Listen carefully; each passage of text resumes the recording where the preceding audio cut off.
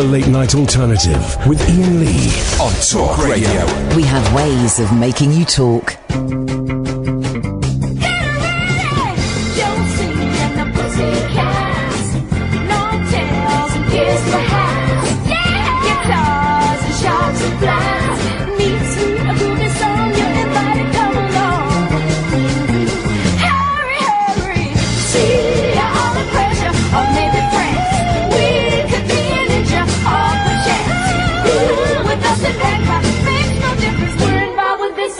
Everywhere the action's at. Come on along now.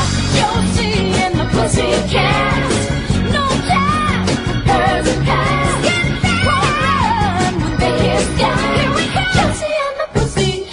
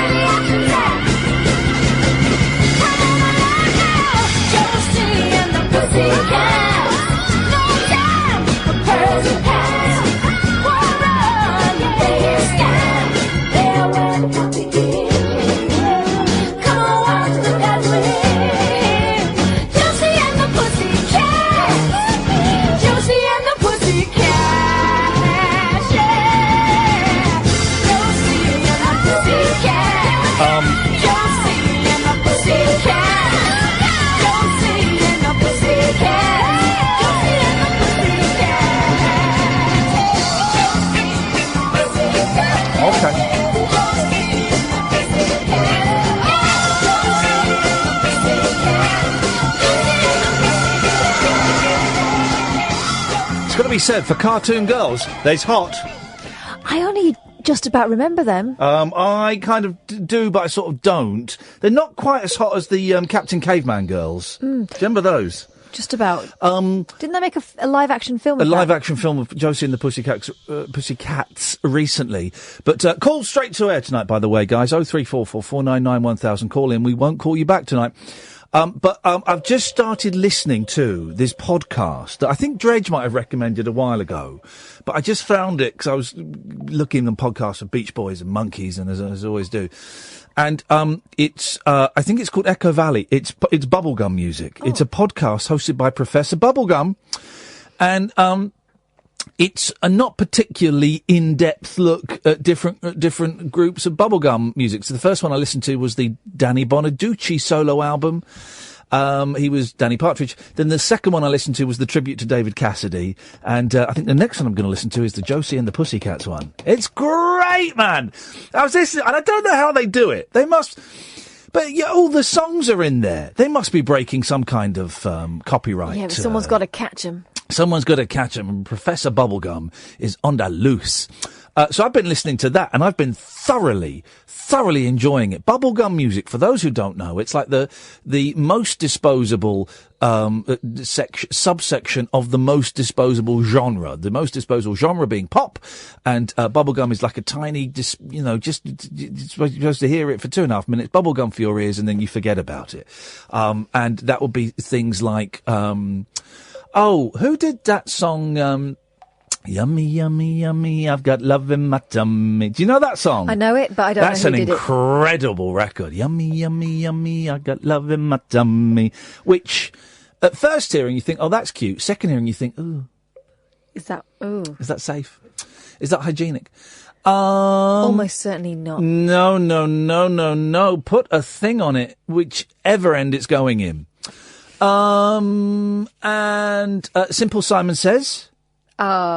Simple Simon says, put your hands on you. That was one of my grandma and granddad's party hits. Yeah, it's a good song, that. Wigwam Bam. Sorry? Wigwam Bam. The Sweet. Well, Sweet's an interesting one, right? Because the Sweet are British. And the Sweet, I think, were a rock group, right? But they weren't very good. And so these producers, I think I've got this story right. So these producers got in touch and said, look, we can get you hits. right? But you've got to do it our way. And they went, yeah, sure, okay. And doing it their way was, right, in the studio, it's all going to be played by session musicians. You don't get to write the songs. We write the songs, and you do it. And, of course, they had massive hits like Wig Wham Bam, Blockbuster, which is a great song. Was Tiger Feet sweet, or was that Mud? Mud. There was another. So there was Wig Wham Bam. There was Blockbuster. There was another really... Ballroom Blitz. Oh, well, that's a belting Ballroom song. Blitz. And the back said, everyone attack! And then, of course, as always happens with these things, the band got sick and tired of being, session men. And they said, right, for this next album, we're going to go and write our own songs and record our own songs. Oh, what a surprise. Good It was luck with a that, flop. guys. What a surprise.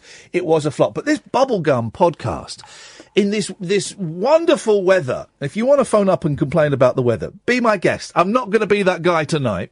But I think we all know my feelings on hot weather. If you want to phone up and slag off the weather, you're very, very welcome to. That can happen this evening. But driving around in this weather, listening to a bubblegum music, it really is.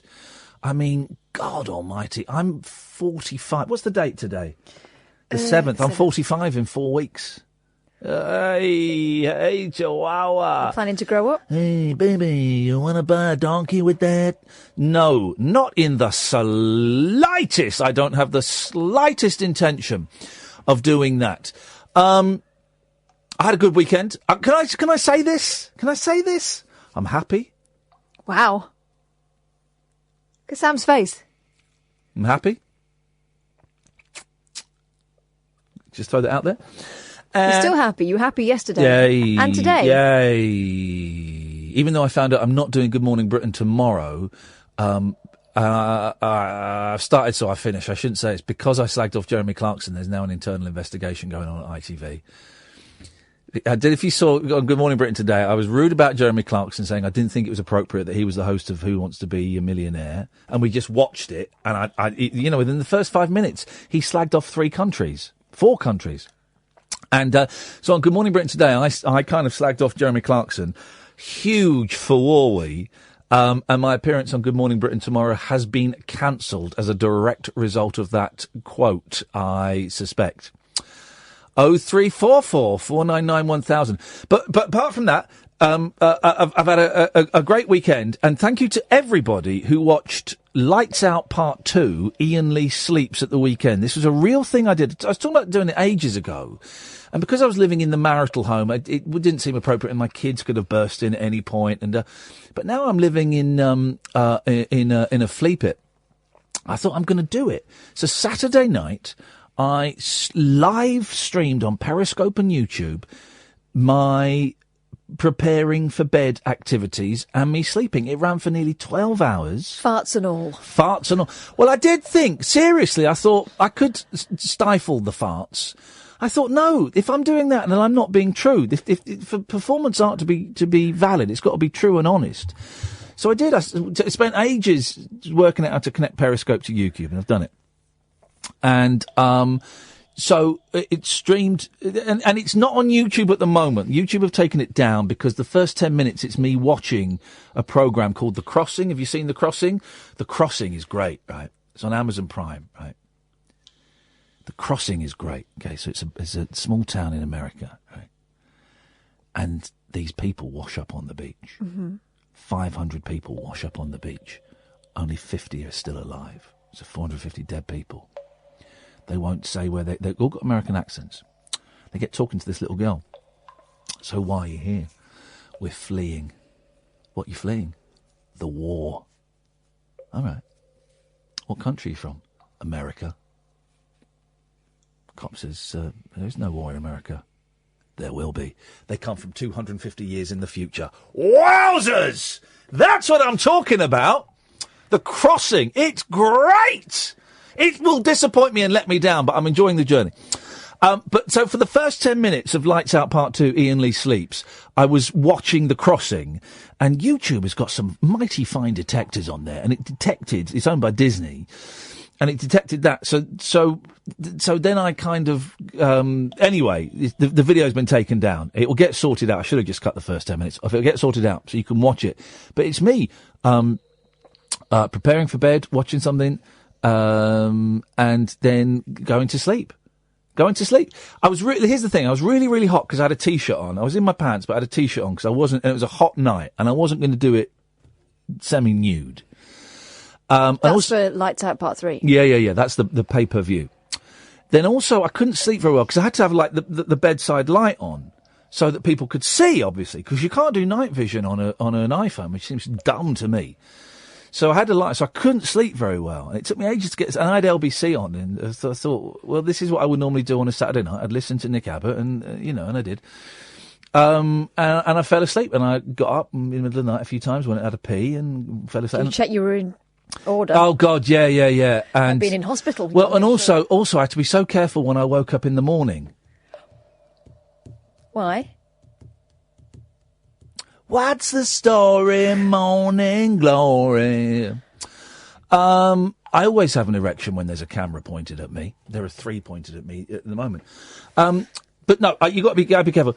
And I did it. And here's the thing, right? Loads of people going, why? Well, stupid. It's not. It's art. Art isn't stupid. Art makes us question ourselves. It makes us question society, question our role, question the artist. And if people thought it was stupid, that's fine. It got a reaction. The live stream on Periscope, 25,000 views. 25,000 views. Couple that with 1,300 views on the YouTube channel. And some people stayed up all night and watched me sleep. Just let that sink in for a bit.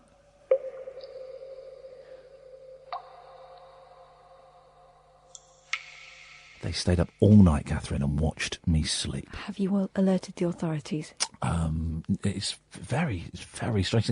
So here's what I'm thinking. The next weekend, when I haven't got responsibilities of going and seeing the kids and stuff, I'm doing a whole weekend fixed camera. So the camera will, because this place I'm in at the moment, and I hopefully won't be there for more than 2 or 3 months now. I've been there for a very long time, but it's just a bed and a table and a telly, and the sink is there. It's a kitchen, like a cooker and the bathroom. So it will just be a fixed. When I get the new house, we'll have cameras everywhere, but it'll just be a fixed. What? Just be a fixed camera on the bed, which is where I spend most of the time because I sit there and play PlayStation and watch films and stuff.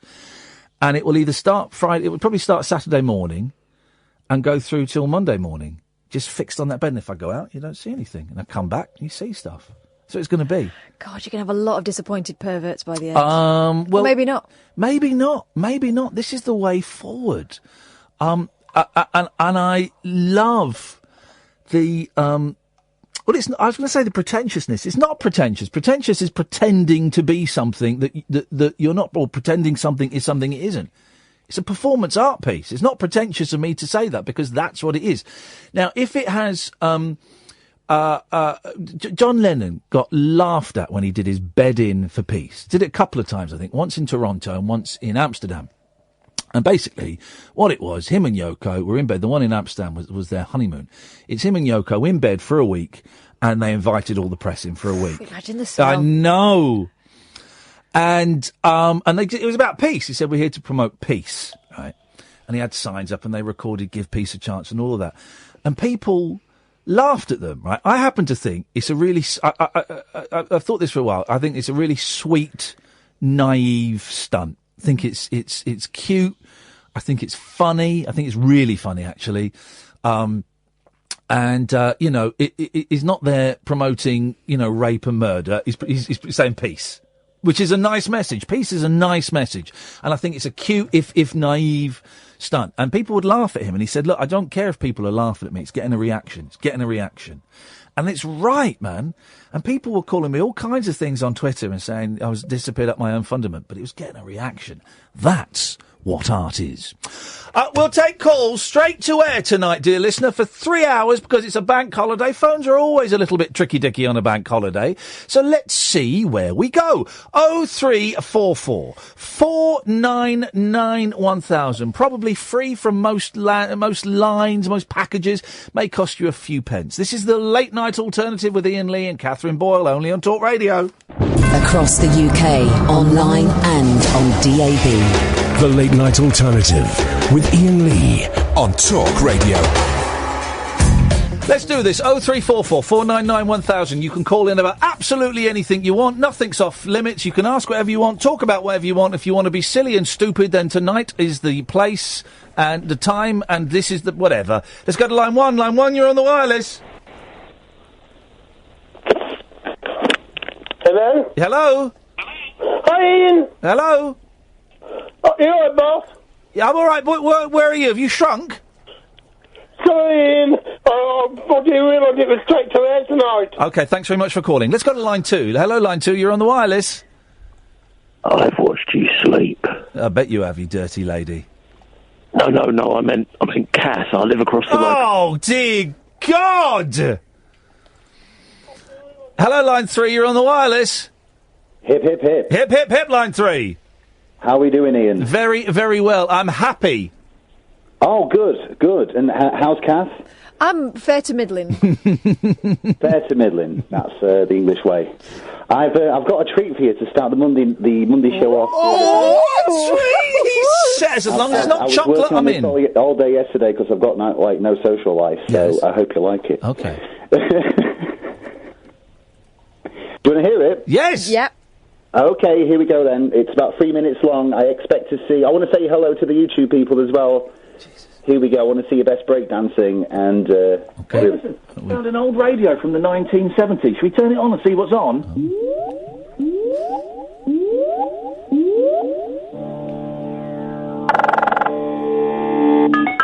Fanny.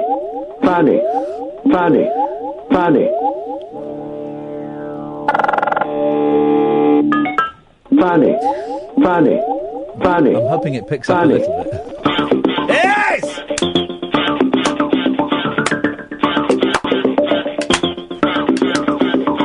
Bank Holiday Monday, coming at ya! Fanny.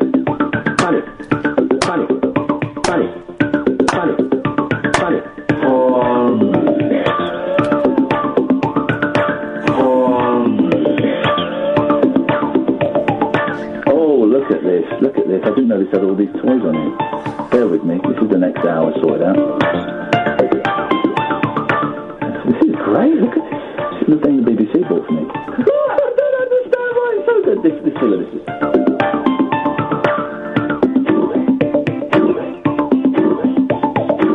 It's a little bit repetitive. What's wrong with that?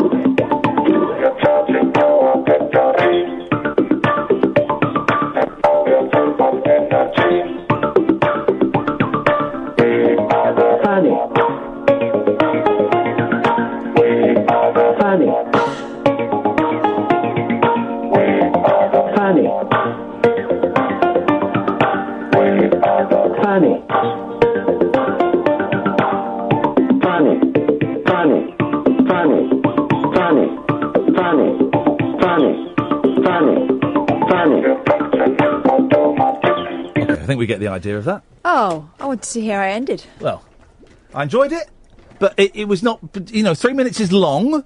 Is long in the show business industry, and also I couldn't hear it all. If I'm complete, I couldn't hear what the robot was saying. Could you hear what the robot was saying? Could you? Fanny. The robot. That was the robot was saying more than just that. I couldn't quite hear what the robot was saying. But thank you for that, caller. Thank you, callers. Making things. Who'd have thunk it? We've inspired people to make podcasts, to make their own go on radio, do their own shows. That's exciting, isn't it? That's exciting. So exciting. I hope none of them are better than me. That's the key thing. I hope none of them are become better than me. That's because then they're not be screwed. It's like that Larry Sanders documentary. He made, he did the Gary Shandling show, which was groundbreaking, and then a bit hit and miss. Then he did the Larry Sanders show, which was groundbreaking and hit. Then he did some movies that were terrible, and then he kind of took a back seat and became a mentor for younger comics. I don't want to be a mentor. No. I don't want to mentor anybody. I want to be at the top of my... I want to be just below the middle of my game. So, you want to be worshipped? That's basically it, isn't it? Yes, I do. Hello, line 4, you're on the wireless. Hello, Ian and Kath. Hello. Good evening. Good evening. Funny enough, you're talking about people creating their own radio shows. Yes. And I'm calling as well. Anyway, today's been nice with the nice weather, especially as I've been at Thorpe Park. Yes. Oh, Thorpe Park. Which was chaotic. The log flume. Why would anyone go to a theme park on a day like this? Well, I thought it wasn't going to be that busy, but... Oh, come on. It's a bank holiday Monday. It's the hottest bank holiday Monday since 1935. Of course it's going to be busy. They've got log flumes. Yeah, but I didn't even manage to do that. So Of course you didn't, because it was too busy. I remember, here's the thing. This is how old I am, right? Thorpe Park didn't used to be a theme park. It used to be an historical theme park. Did it? Yes, it did. And they didn't really have any rides, but there were lots of mannequins dressed up as, like, peasants. And I remember, the one thing I remember, right, and I've not been able to find a picture of it, but was this big, giant, the size of a house, plastic cube, right? Different colours each side, like a giant dice. And there were... that's not very nice, actually, Catherine. I'm just trying to describe something, and now you're death threats. And there were, like, tiny little spy holes through it, and you could look through and see, like, an old peasant's house in it. That's what Thorpe Park used to be, and now it's all sex drugs. What? So, Zach, what you got for us? Well, I just like, it's really, it's annoying having this. I like this, all this hot weather, but it just tells me that it's not going to be hot this summer, is it? It's only going to be this couple of weekends, you know. Thank you very much indeed, Zach, for bringing us all down. Let's go to line 5. Line 5, you're on the wireless. Hello? Hello, line 5.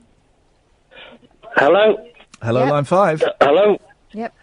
Hi, how are you? Oh, you, I was just got to the hang up button there. My patience was wearing thin there. I'd forgotten that YouTube was delayed behind the thing, so... Okay, well... Yeah, sorry about that. That's okay. Hi, Kath. Hello. So, Guy, I know that you weren't... Yes? I know that you didn't like my suggestion last week, but... Which one? I've been working hard. I don't remember what his suggestion was. Having callers as guests. Oh, God. On the show. That was awful. Awful suggestion. The worst suggestion I've ever heard in my life. Yeah. And so anyway, I've been working at the weekend to come up with another one. Oh, why? Why would you do that to yourself? Well, what have you got for us? The weekend was quiet. Anyway, so I've been thinking... Oh, yes. Thinking outside a box. Oh, God. All weekend. Get back in it. Now, I've come up with a particular part of your show, which you can call in Iain Lee Travelling Britain. Oh, God! Is he like in the footsteps of my father? Could be. Man. Okay. Anyway. Yeah, go on. So, what happens, you choose, say, 10 or 15 minutes of your show, or less, whichever you want. Okay. And then... I say less. You pick a particular part of the UK... Yes. ...out of a hat, and in those 10 minutes, the callers come from that part of the UK. So but they won't have long to get to that part of the UK to call me from there. Well, no, they live there. Oh, right. So they're not listening out for it, then travelling to say Bath. Not travelling to Bath to phone me. If you're in Bristol, you might be able to make it. So what this means is that you're going to get 10 more minutes of dull radio. calls from different parts of Britain because obviously... Or you've got a 10-minute section where no one phones in. I'm going to file that under ideas for Julia. Thanks very much indeed, Alistair. I'm reminded today, I did Good Morning Britain, and I'm not doing it tomorrow, and I've told you why, and it's outrageous. Anyway, it's moved now from the London studios to the old television centre, the big round building. Oh, the donut. Yeah, the donut. And shockingly, the BBC were forced to sell that. And majority of it's been turned into apartments, but there are still a few studios there. I think it's the first time I've been there, I thought it was criminal. Anyway, so I went in there, and I went in through the wrong door because I didn't know I was supposed to go. And the security guard said, OK, well, I'll show you for future reference where you're supposed to come. So we walked past the studio, we walked past my dressing room, and and then suddenly we were in this slightly narrow, not narrow, anyway, we're in this sort of passageway that leads to the outside. And I had to stop for a second. I got quite emotional. So my dad used to work. Oh. It was the prop department. Yeah. It was the prop department. And I remember suddenly I was 8. And it was a Saturday and my dad had taken me there. It was the prop department. I was thinking I used to own this bit. When I was with my dad, he was in charge of it. I used to own this bit. And I just remembered it's this walkway that kind of goes all the way around, and they think they still had a couple of cages there that would have been stuffed with the play school toys and things, and it was a real strange.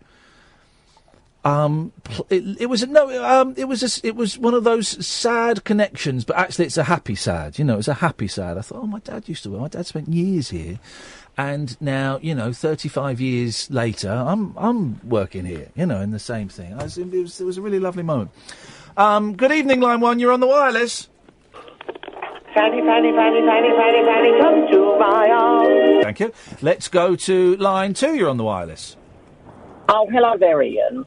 What I want to do tonight is I want you to think of a male or a female person's name, put it in your head, don't tell me, and I will ask you one question and I will get it right. Okay, fine. Away you go. Okay, what's your favourite number? 7. Sorry, I can't do it. Permission to pull out, please. Permission granted! Absolutely. That's that idiot that's been calling us for a long time. And that caller there, dear listener, is the reason why we don't take withheld numbers, because of that idiot. It's that idiot. Is it him? It's that idiot. Yeah, it's that idiot. He's a sex offender. Line 2, you're on the wireless.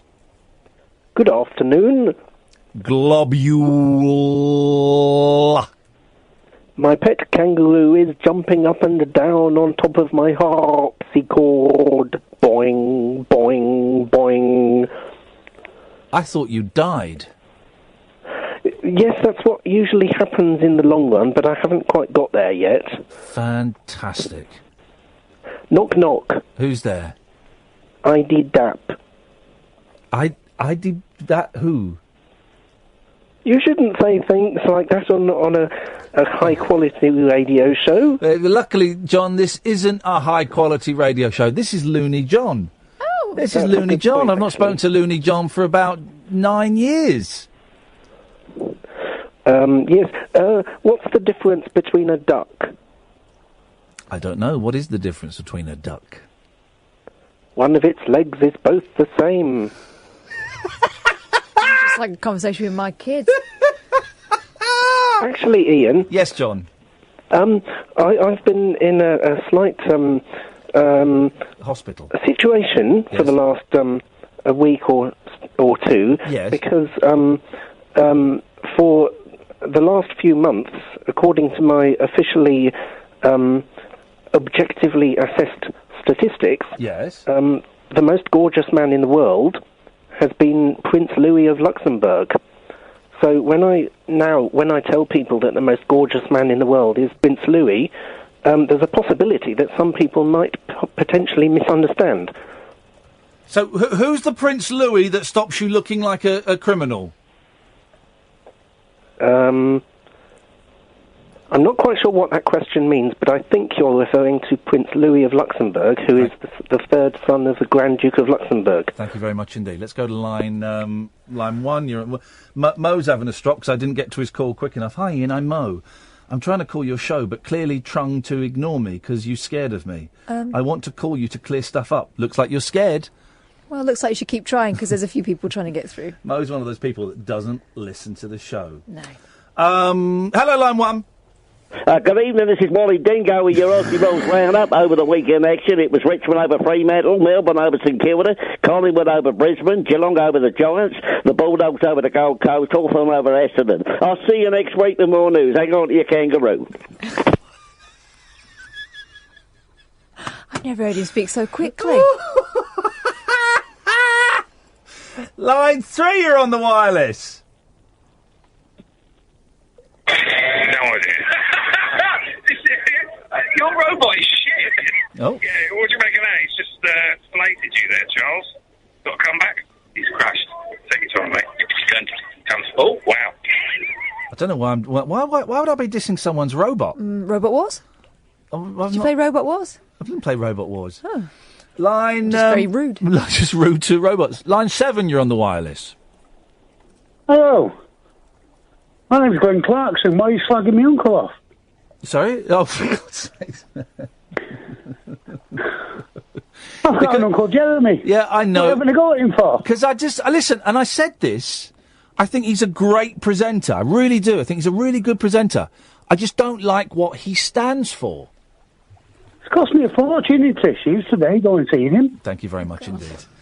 I do think Jeremy Clarkson is a really good TV presenter. I just don't like what he stands for: casual racism, misogyny, xenophobia, and assaulting people who are paid significantly less than him when they only bring him a sandwich. Other than that, big thumbs up. And we watched Millionaire, and it's still good, but it's the format that's good. It's the format that stands up. It's not him. It should be Tarrant.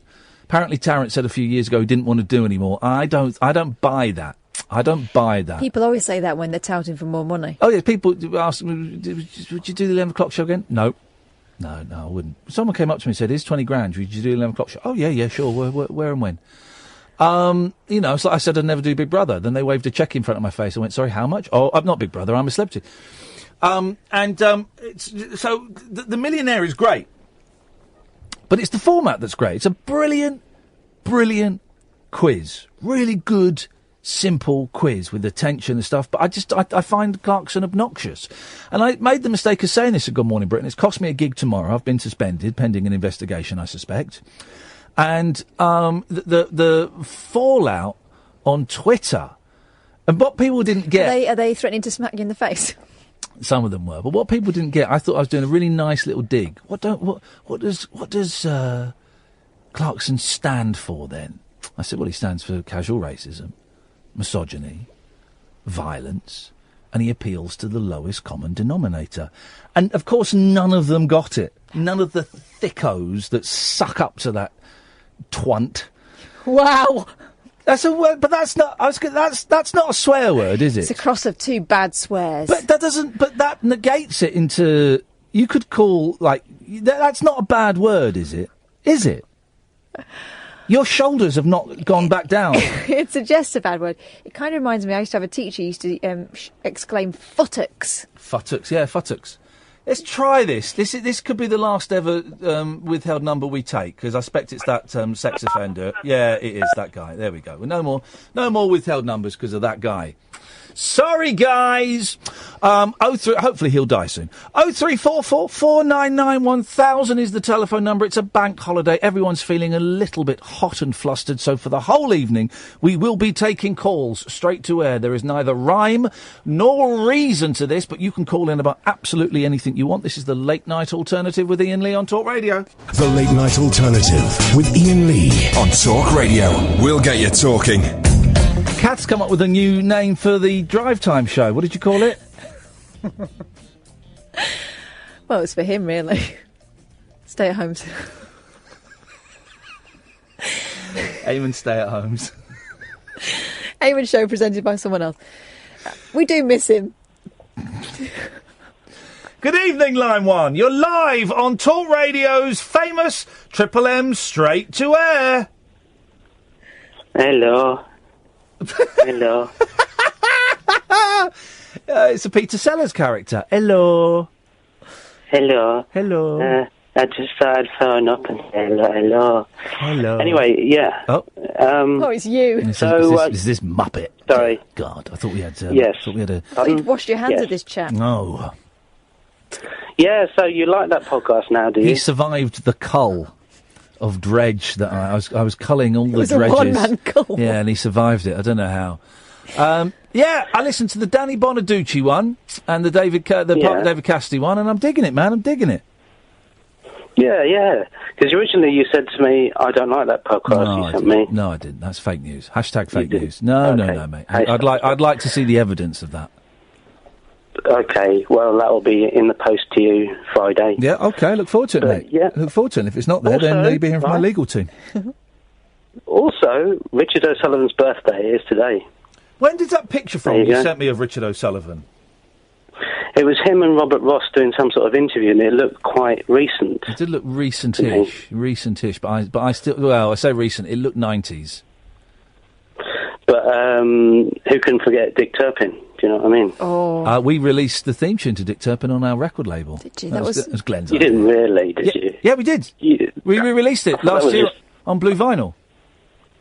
I thought that was like fake news. No, that's real news. Hashtag real news. We did it last year on for Record Store Day, I think, but I don't think it went out on Record Store Day. On Blue Vinyl, Dick Turpin theme.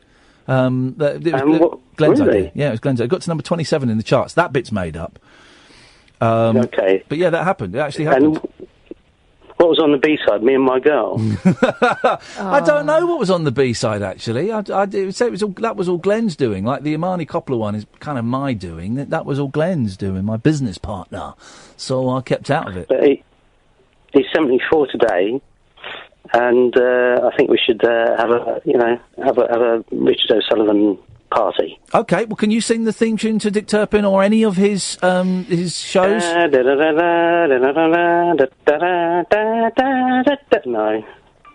Oh, got a That's message, Richard though. O'Sullivan saying, please stop that. Please stop that now.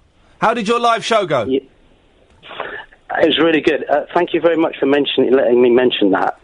That was good of you. Because we sort of originally... Because you let us come on Performance Ring all those years ago, that helped us out because we didn't know if we were any good at it or not, and now we know we're not.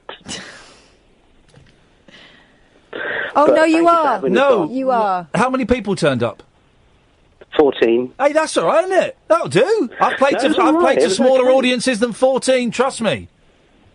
No, it was good. It was really nice. And, I tell you what was interesting was that there was the laughter was quite loud, which it was a small audience, but sort of loud laughs. Patronising So laughs. that was really good. It just felt like a nice, happy. Talking of happy, it was like a happy hour. It really was nice. Happy hour. Well, Dredge, I'm going to have to cut you off. Bye. There we go. Let's go to line 4. I like Dredge. I like him a lot. Line 4, you're on the wireless.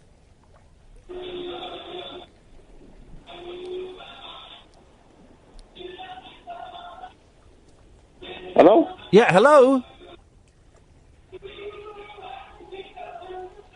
Why is he playing Kokomo really quietly in another room? Well, we're all a little bit ashamed of it, aren't we? No, we're not. Kokomo's greater than Smile.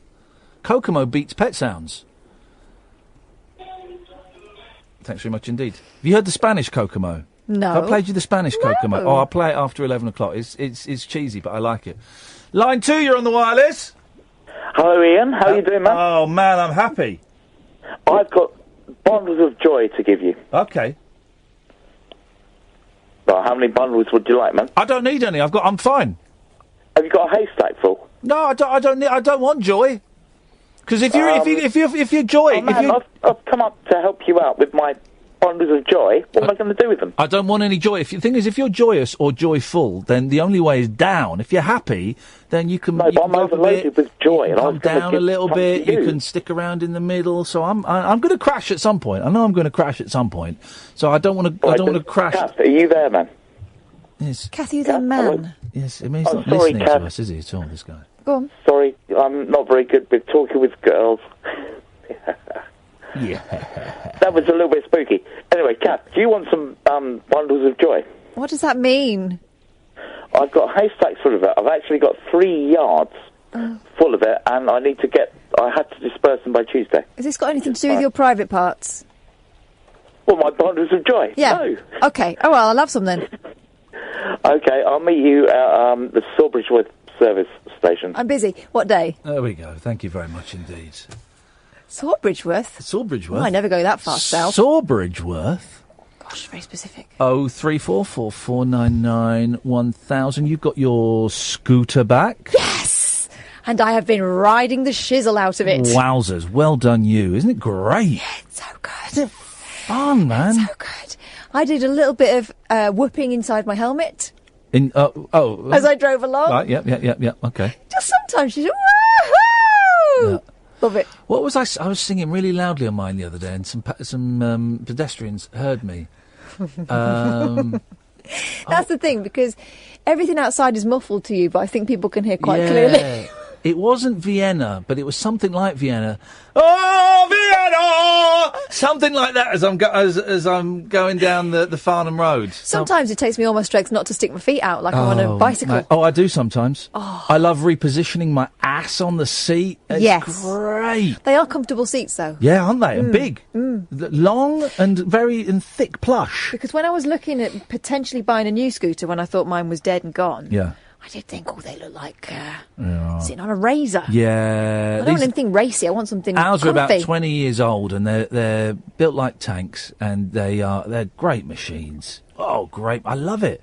And this weather. So I popped over to see the boys last night, and this weather for riding on the scooter is great. Last night, of course, was the night I went round, and they'd just come back from a pool party, because a relative of a friend of theirs has got a pool. So they came back, they were all sort of wet, and my eldest, he didn't have any clothes on. He came back with a towel wrapped around him. As soon as he got in the house, I spent 90 quid on Saturday on 3 water pistols. Wow. Super squirters. Super soakers. Super soakers, 30 quid each, right? Actually, I got 2 super soakers, 85 quid, 2 super soakers, and one that was the next one down, but it does a continuous stream. Did you not buy...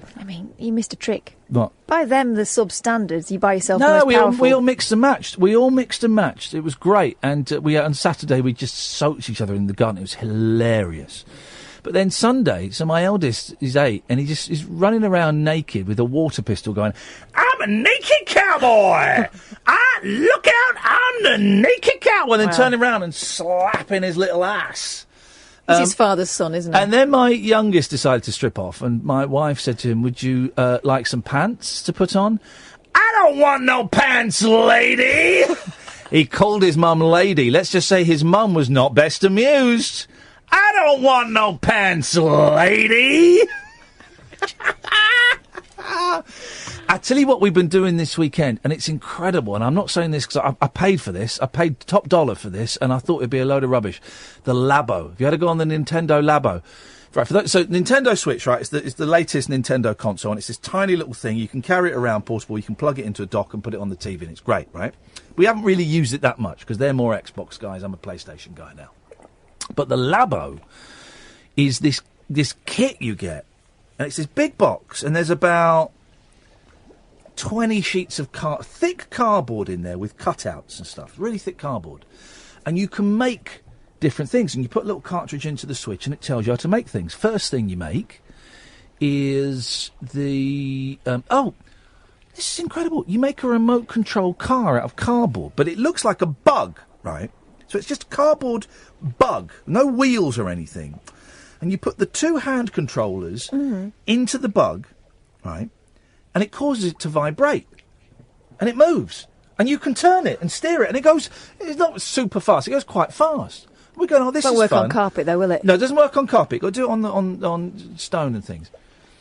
And I was going to say lino. That shows the difference between you and me. Took my eldest 20 minutes to make it. He did it pretty much himself. I helped him a bit with the first one. He did it.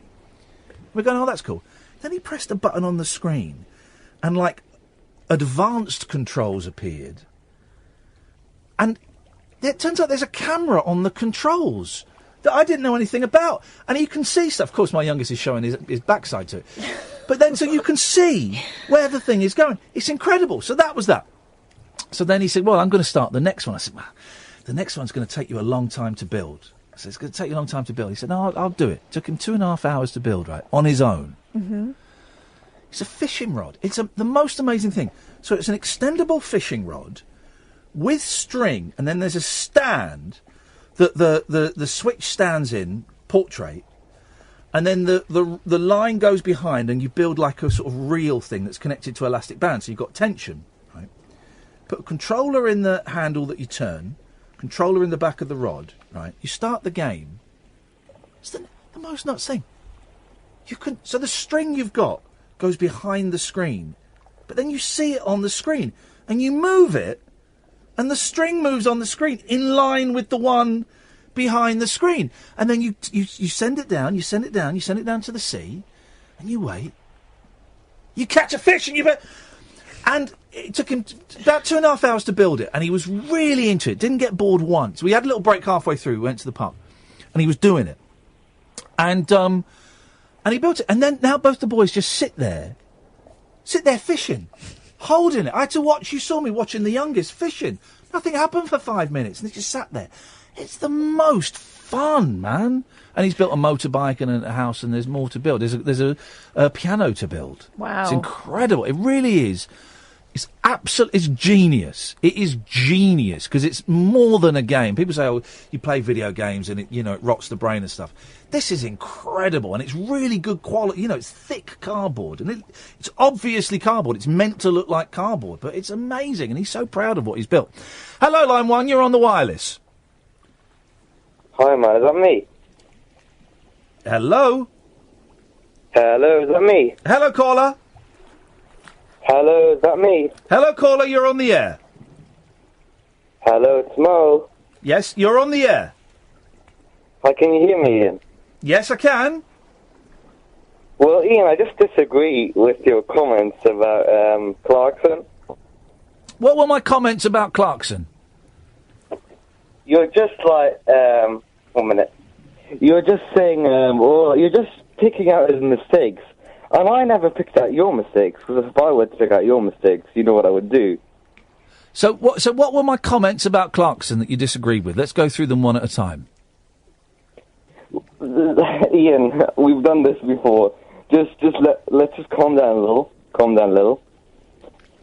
And so just give me a second, yeah? Oh my God. You're just like picking out his mistakes and picking out the things that are wrong in him. But in reality, he's a fantastic presenter. I said that. And everybody does things that he regrets. I said that, Mo. I said that. I said he was a great presenter. I tell you what I've never done is I've never punched someone for bringing me a sandwich. Ian, everyone makes mistakes. No, there's a difference between making. There's a difference. I think you're just jealous of him. Okay. Can I ask a question? Are you ever rude about people? Who, me? Yeah. Yeah, I am rude to people, as are most humans, Ian. Okay. But I'm not allowed to pick out people's mistakes. I'm not allowed to do that. No, but the way that you're doing it is like very accusatory, isn't it? No, I'm stating facts. He assaulted someone. That's a fact. He used the M word. That's a fact. As soon as the man got a good job, you're like, oh, Jeremy Clarkson, get him out, what a disgrace, oh, I can't believe he got that job, oh, look at me, ah. Okay, so if we apply that rule across the board, then you must be jealous of Piers Morgan.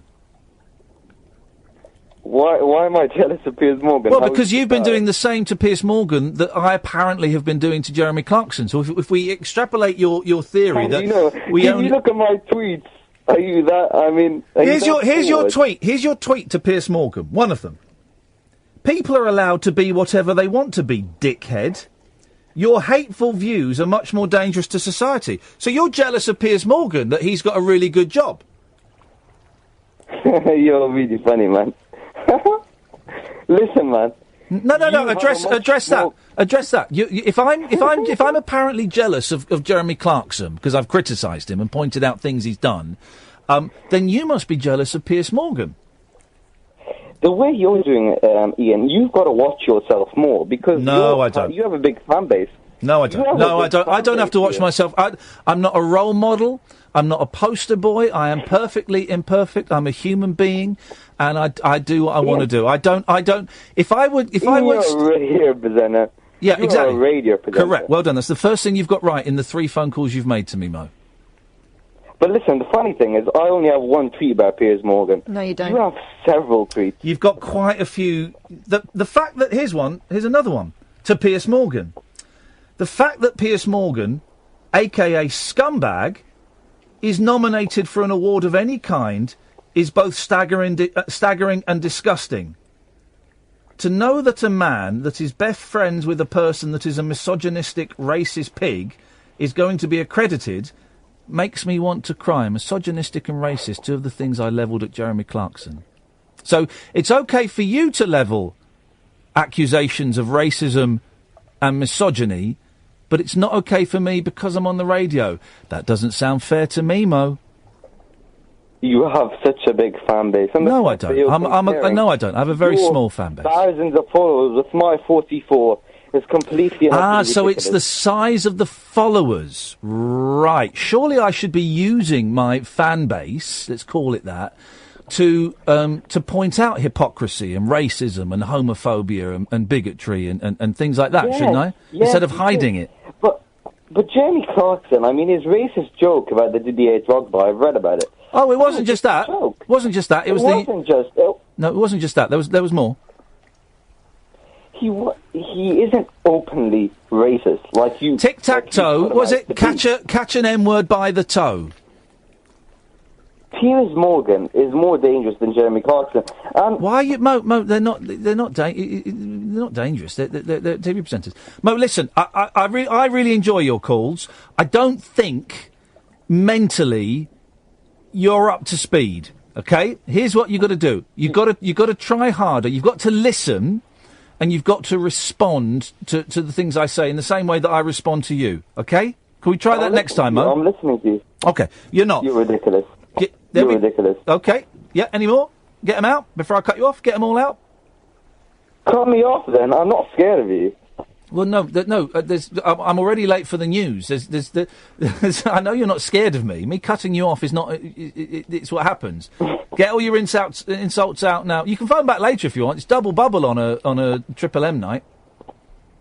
I'll do a double bubble, and I'll probably I'll explain my points better just in a bit. Okay, bye, Ian. Thanks, Mo. 0344 499 1000. This is Talk Radio. The Late Night Alternative with Iain Lee on Talk Radio. We have ways of making you talk.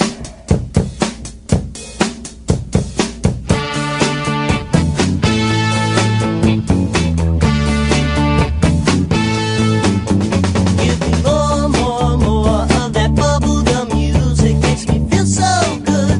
Oh, I never wanna lose it. Let me dance, dance, dance to that bubblegum music. If you really wanna turn me on, Tommy Boyce and Bobby Hart. Wonder what she's doing when all the monkeys are singing for Valerie.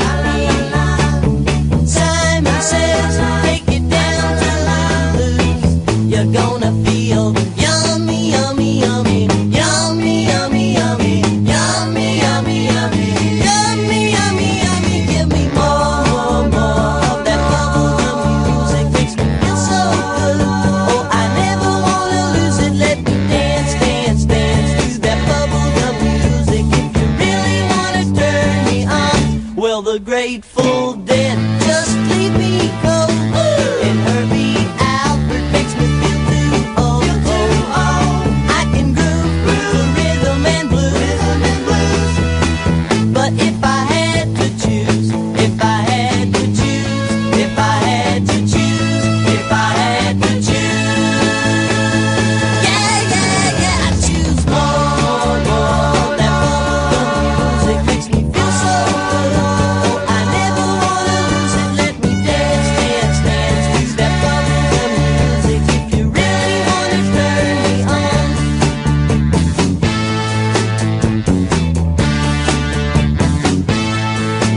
Turn me on, turn me on,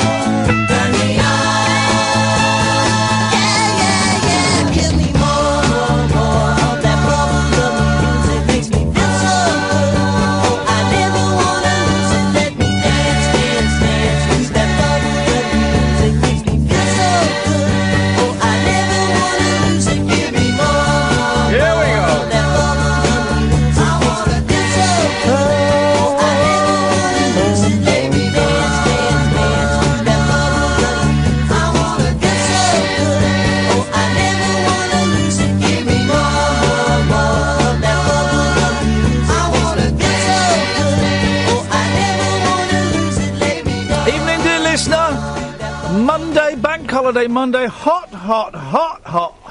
0344 499 1000. The late night alternative with Iain Lee and Catherine Boyle. Triple M, call straight to air all night. You can call in about absolutely anything you want. Big, small, serious, stupid, whatever you want. What temperature is this? Oh, It's probably Luke. Mm-hmm. Call in about anything and everything. Don't swear. Don't be libelous. Don't call from a withheld number because we've got some kind of sex criminal phoning us up from it who's obsessed with me and has been for quite a while. So we can't take withheld numbers for the immediate future. Don't swear, don't be libelous. We have a 7-second delay. So if you do say something that's a little bit rude, we can cut it off and it will never get broadcast. You can watch the show tonight on youtube.com/Iain Lee. Look for the live feed, or you can go to periscope.tv/Iain Lee. And you can call up as many times as you want this evening. Let's go to line 1. You're on the wireless. Hello, line 1. How are you? I'm very, very well, line 1. Tell me why you're so materialistic. Sorry? Tell me why you're so materialistic. Who's materialistic? You are. Why is that then? Because before you were listing about how much you spent and how much you did this and how much you did that. What was that for? When I was talking about the water pistols? Yeah. Right. That doesn't. Buying water pistols doesn't display necessarily indicate that someone is materialistic. I'd need a little bit more evidence than that. Well, I thought you were bragging about it. No, not bragging. I was. Because I spent a portion of money on my family tonight. Right. Well, doesn't matter. I don't have to tell anybody. Okay, well, you're telling the whole mate, nation. I hate to point this out to you, Glynn. You don't host a radio show. I do, and the act, if you want to call it that, is I share quite intimate details about my life. If you're unhappy with that, then I suggest the show isn't for you. But that's the act. That's what I do. If you notice, I don't talk about money that much. I just happened to say I'd spent 90 quid on some water pistols. The reason I was saying that was so that the listener would get, and I know you got this, you're just being obtuse, the listener would get that they were bloody big water pistols. That's all that was. It doesn't... I'm not obtuse here, I'm at a tangent here. Yeah, I didn't say you were obtuse. I said you were being obtuse. You were being tricksy just for the sake of tricksiness, and that's fine. But it's my duty to call out tricksiness. I'm at a tangent here, not obtuse. Okay, your jokes are shit. So stop doing the jokes. Opinion. No, it's not. It's a fact. So stop doing the jokes because they're not funny, and let's have a conversation. Okay. Well, I spoke to you the other night and you went silent on me. Okay, let's have a conversation and let's... Look, I'm having to write myself a little post-it note, don't swear. And let's not do the jokes, because the jokes ain't funny and they don't present you in the best light. No, because to be quite honest, Ian, I've become to actually quite like you. Oh, I can't stand you. You can't stand me? No, I can't stand you. I actually quite like you because I think I'm beginning to understand you. You haven't got you haven't got a clue. You haven't got a clue. You haven't got it in the slightest. You're looking at this show through a very narrow filter. You're looking at this show through a tiny, tiny little filter. And I don't think, Glynn, that you're able to expand that filter. And you're looking at this show in black and white, and actually it's in 3D. I'm looking at it in HD. Because I love everybody, Ian. No, you don't. You don't. You're an argumentative old man. And that's fine. That's fine. But you don't. You have an attitude. You have a tone. You're aggressive. You're surly. You're rude. And you don't listen. And that's fine, man. Is it? Oh, do apologise. I promised myself I'd never say that to you again.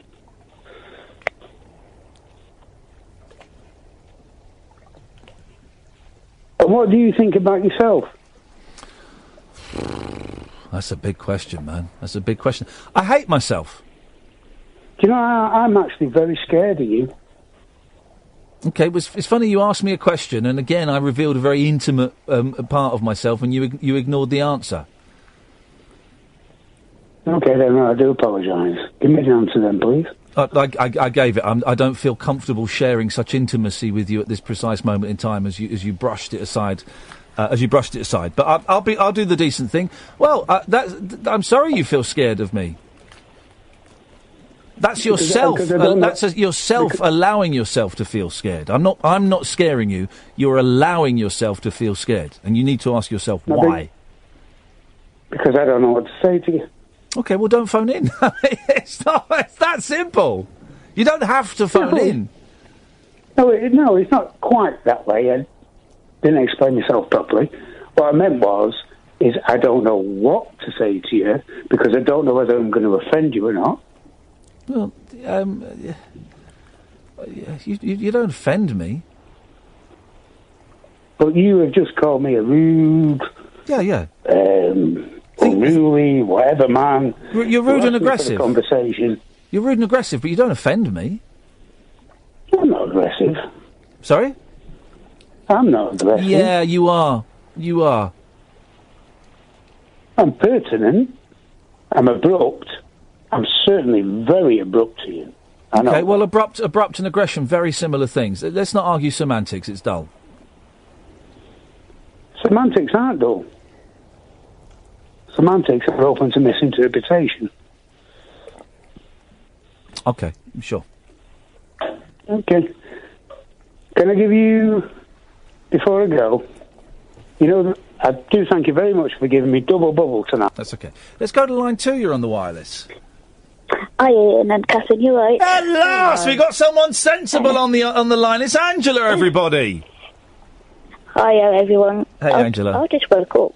I think I just woke up. She's living the dream. This is my kind of girl. How come you only just woke up? When did you go to sleep? I fell asleep. I didn't mean to, but on Monday I strong hay fever tablets because I've got heat rash as well. I've got heat stroke. Yeah. Got everything. And I fell asleep after 9 o'clock. Wowzers, mate. You are not going to sleep tonight. Oh, I will. I will. And then I woke up feeling hungry, and I was in bed all day yesterday. Yeah. Some people can't enjoy this, then, can they? No, they cannot. They cannot do such a thing. I'm not a massive fan of it. I don't.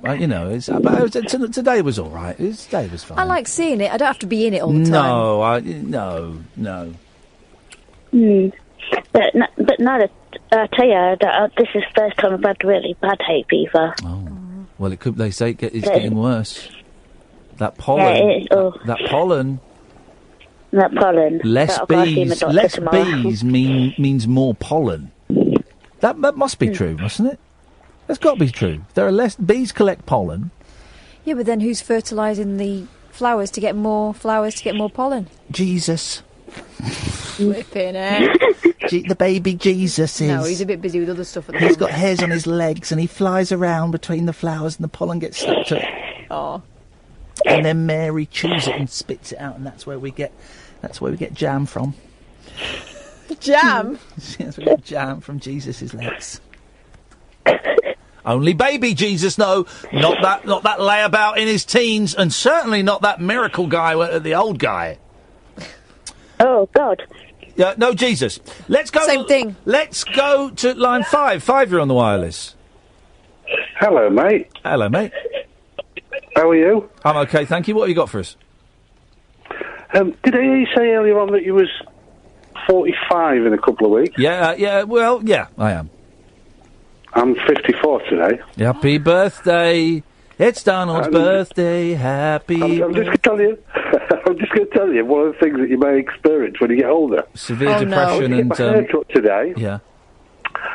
And the chap was Eastern European. I think he was Russian, Mehmet. Yes, Mehmet. And he spent a good 5 minutes cutting the back of my hair. Russian name, yes. And, Turkish. And then he got the comb and he brushed it across my nose. Oh. And I looked at him in the mirror and I laughed at him. I went, was you just combing the hair off my nose?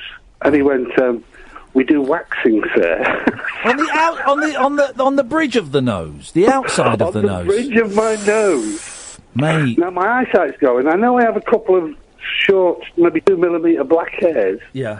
But this is what you've got to look forward to, Ian, when you get older. But at least someone's telling you, because there are people walking about and it is very difficult not to fixate on it when someone's talking to you and they've got a hairy nose. Yeah. I know.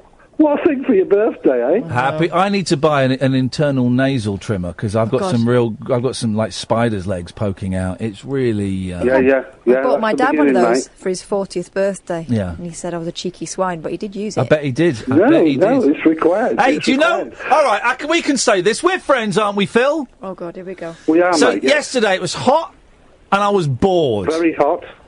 And I started rooting around for some nail scissors. Oh, God, no. Because I was going to have a little trim downstairs. First time ever.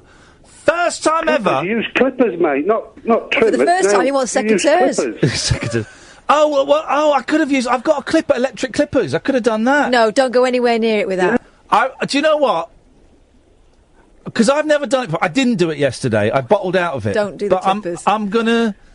I'm gonna do it. No clippers. Tragic comic in freak clippers accident. When you get the nasal clippers... I've got like a little clippers for when I had a beard. So you just trim the edges of it. You hold your penis to one side. You don't want to get that. I've not done it myself, but I guess I should have a bit of a trim, I suppose. They call it manscaping. Yeah, well, I'm gonna do that tomorrow. Now that I'm not on Good Morning Britain, what's this about Jeremy Clarkson, Ian? Are you putting him up for the Nobel Peace Prize? Yes, Is that what you're shouting for? I am, because I think he's a great human being and he deserves all of our respect. Oh, you do tickle me. Phil, I do no such thing. That's What's that? libel. Don't you hear that? That is libel. 03444991000. Call straight to air all night. This is the Late Night Alternative on Talk Radio. Late night conversation worth losing sleep over. The Late Night Alternative with Iain Lee on Talk Radio. We have ways of making you talk. Call straight to air all night. Busy old night so far. It really is. More calls lined up. 03444991000. If you call in, you might have to wait a while, but I will get to all the calls that I see on the switchboard. Line 1, you're on the wireless.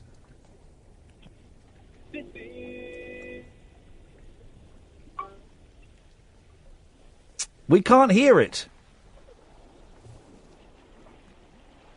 Okay, thank you. We couldn't hear that. Line 2, you're on the wireless. Hello, Ian. Hello, line 2. Hi there, yeah. Right, I just wondered if anybody could tell me, I don't know what your feelings are on it, why is it when the first bit of sunshine appears and you go out and you just see acres of white flesh on display? Yeah. It's as though people go crackers. The first Nigel bit on Farage that, would the love baggy that. Bermudas. Means he's home. Which bits of flesh are you objecting to? I don't like seeing men going topless. I think that's outrageous. Well, this is it, and baggy singlets. Baggy singlets? And you get hairy back. What's a baggy singlet? Is that like an Asian kid? That's That's an Asian kid's name. Hey, it's baggy singlet. Yeah, that's exactly. T-shirts, acres of white flesh and tattoos. Yeah. The gold sovereigns appear. There we go. And the medallions and the shaved heads. I got it. You're And talking about common people. I hate them too. I hate them too. They disgust me. Well, I just can't understand why. Why is it that suddenly everybody decides to have a barbecue that doesn't even smell like a barbecue? All you can smell is lighter fuel and everything. Yeah. You don't think, oh, that smells nice, or they're cooking. You have to have your windows shut, or they decide to have a bonfire. A bonfire? In the burning sun. Here's the thing about barbecue. It's a lot of faff, isn't it? When I don't know if people know this. We've got cookers in our kitchen these days, haven't we? Well, this is it. But they seem to think that a half raw sausage and a pink burger is the height of cheeky fine dining. I haven't seen a pink burger for a long time. Well, but what you can do is you can cook it indoors. Then I don't know, take it outside and eat it then. Exactly. But they're all there lugging home barbecue food. You see the medallions out and the gold rings. Hard skin on their feet. I mean, don't anyone ever look in a mirror and think, oh my God, I look gross. I've never studied their feet to see the hard skin. No. Oh God, have a look. They're like hobbit feet. Oh. Disgusting. I like you because you are an unashamed snob. Well, I might be. You don't like scumbags? Well, this is it. No, I mean, be fair. It's just as though everybody goes bananas. The first bit of sunshine. I mean, last week everyone was wrapped up, scarves, all dressed in the winter black. You know, the boots. That's weather. Cold, yeah. That's weather. Yeah, and then the first bit of sunshine. What were you? Out come all the. So the are they long still dresses supposed to be on wearing their holiday. scarves then this week? Well, I don't understand when they're supposed to change from the winter Exactly. clothes to the summer clothes. Well, I'm just making the point that if it's a bit chilly at the end of the week now, they'll all be reverting to the boots and the scarves and the parkas. Okay. All right then, Jeff Banks. What should we be wearing? Jeff Banks! Right then, from the fashion. Well, I'm just merely saying. What would you before prefer? anyone goes out, just look in the mirror and think, look at Pratt. Or You sound like my mum. or each a couple example. So, well, you know, can you see varicocines? And if they look like a bag of sprouts, just wear like nice linen trousers or something. But it's just the fact that people tend to go bananas. They do, don't they? Flipping it. Pardon? They do go bananas, don't they? They do. They Nice do, pair of and then- linen palazzo pants. Oh, well, this is it. That's all you need. A nice little pair of palazzos and a top, but not huge fleshy arms. Exactly. Less is more, isn't it? Especially this time. Exactly. You need tattoos, and you can drive your car without having thumping music playing and your arm hung out the side.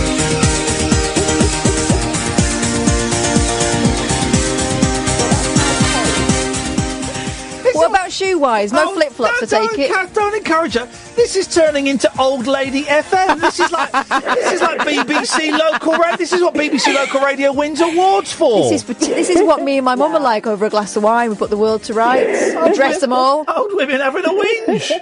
Well, it's just an observation, as you do, as you're walking about and you're shopping and you're having a, you know. I don't like men. Take the corners off your feet, please, ladies. I don't like men topless, and certainly, if you're going to walk around topless, that's one thing. Don't then walk into a supermarket with no top on. That's unhygienic. Tops on in town, please, gentlemen. It's like when they used to even I mean, Tesco's or somewhere or Home Bargains, and they were just walking in the pyjamas. Well, you get the women on the you've school shown run. your true colours there. You shop in Well, I'm Home not- Bargains. Well, you know what I'm saying. I don't want to be saying Waitrose, Sainsbury's, and do I? Don't alert them to Waitrose. That's our haven. Thank you for Well, there you that. go. Thank you for that. 03444991000 line 7. You're on the wireless. This is the story of a girl. This is the story of a girl. This is the story of a girl. This is the story of a girl. This is the story of a girl. This is the story of a girl. This is the story of a girl. This is the story of a girl. This is the story of a girl. This is the story of a girl. This is the story of a girl. This is the story of a girl. What's a mess? I've been out in my pyjamas, but I always have the decency to put other clothes over the top. No one would know. Line 2, you're on the wireless. Hello, Bedford. Oh, hello. Hello, Bedford. Oh, hello. Hello there. I'm a bit oh, gosh, no one's answering the phone. No, So- calls are going straight to air tonight. Thanks for listening. Oh, thank you. Oh, can you cheer me up, please? That's not my job today. What are you wearing? That's not an odd question. Whoa, What? Catherine. Oh, I've got shorts and t-shirt on because it's so hot. It's been a glorious day. Acceptable. Acceptable. What are your feet like? Have you got dry skin on them? Oh, gosh. No, I don't think so. They're okay, my feet. No, I don't have to use a pumice stone or anything like that. So No. they're good. Well, ever had your toes sucked? God. By what? Fish? No, by a lover. No, I don't think so. Fish? No. For fish, yeah. The dogs. Oh, God, really? Horse. Oh, no, dogs, yes. Dogs. My dog likes to lick feet, smelly Salty. feet. It's weird, isn't it? Feet are weird, right? Feet are weird, and ever since Sarah Ferguson was exposed Oh, that she God, had. yes, It was a Texan, wasn't it? A Texan millionaire sucking her toes in the bath. No, not in the bath, by the pool. They got Was it pictures, by the didn't pool? they? Yeah. I've had mixed experience with toe sucking. Have you? Yeah, mixed experience. When I was, They don't like it in the swimming baths, do they? They don't like it in the swimming baths. A long time ago, talking about 20 years ago, one young lady got very, very excited by the toe sucking. I mean, She got more excited than you did. she, was ready to go. Wow. For me, it just tickles. It just tickles me.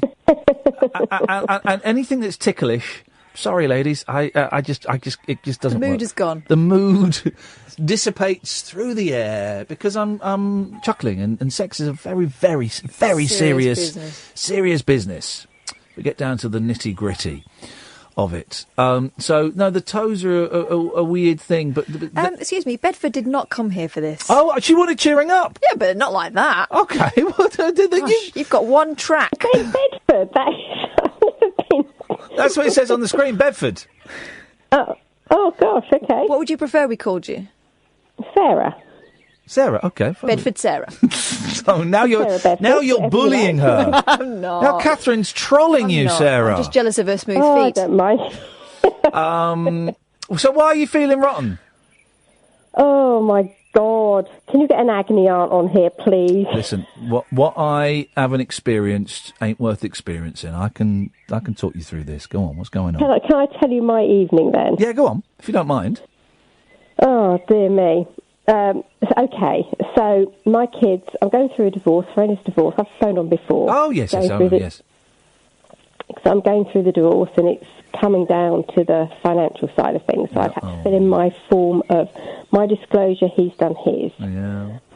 And my kids have been away this weekend. I've done nothing but revision before, and then the revision is coming to an end, and he hasn't this weekend. So I'm not happy, Bunny, that it's a beautiful weekend, and I'm here sort of like nearly home alone. I've got my 23-year-old son, thank God.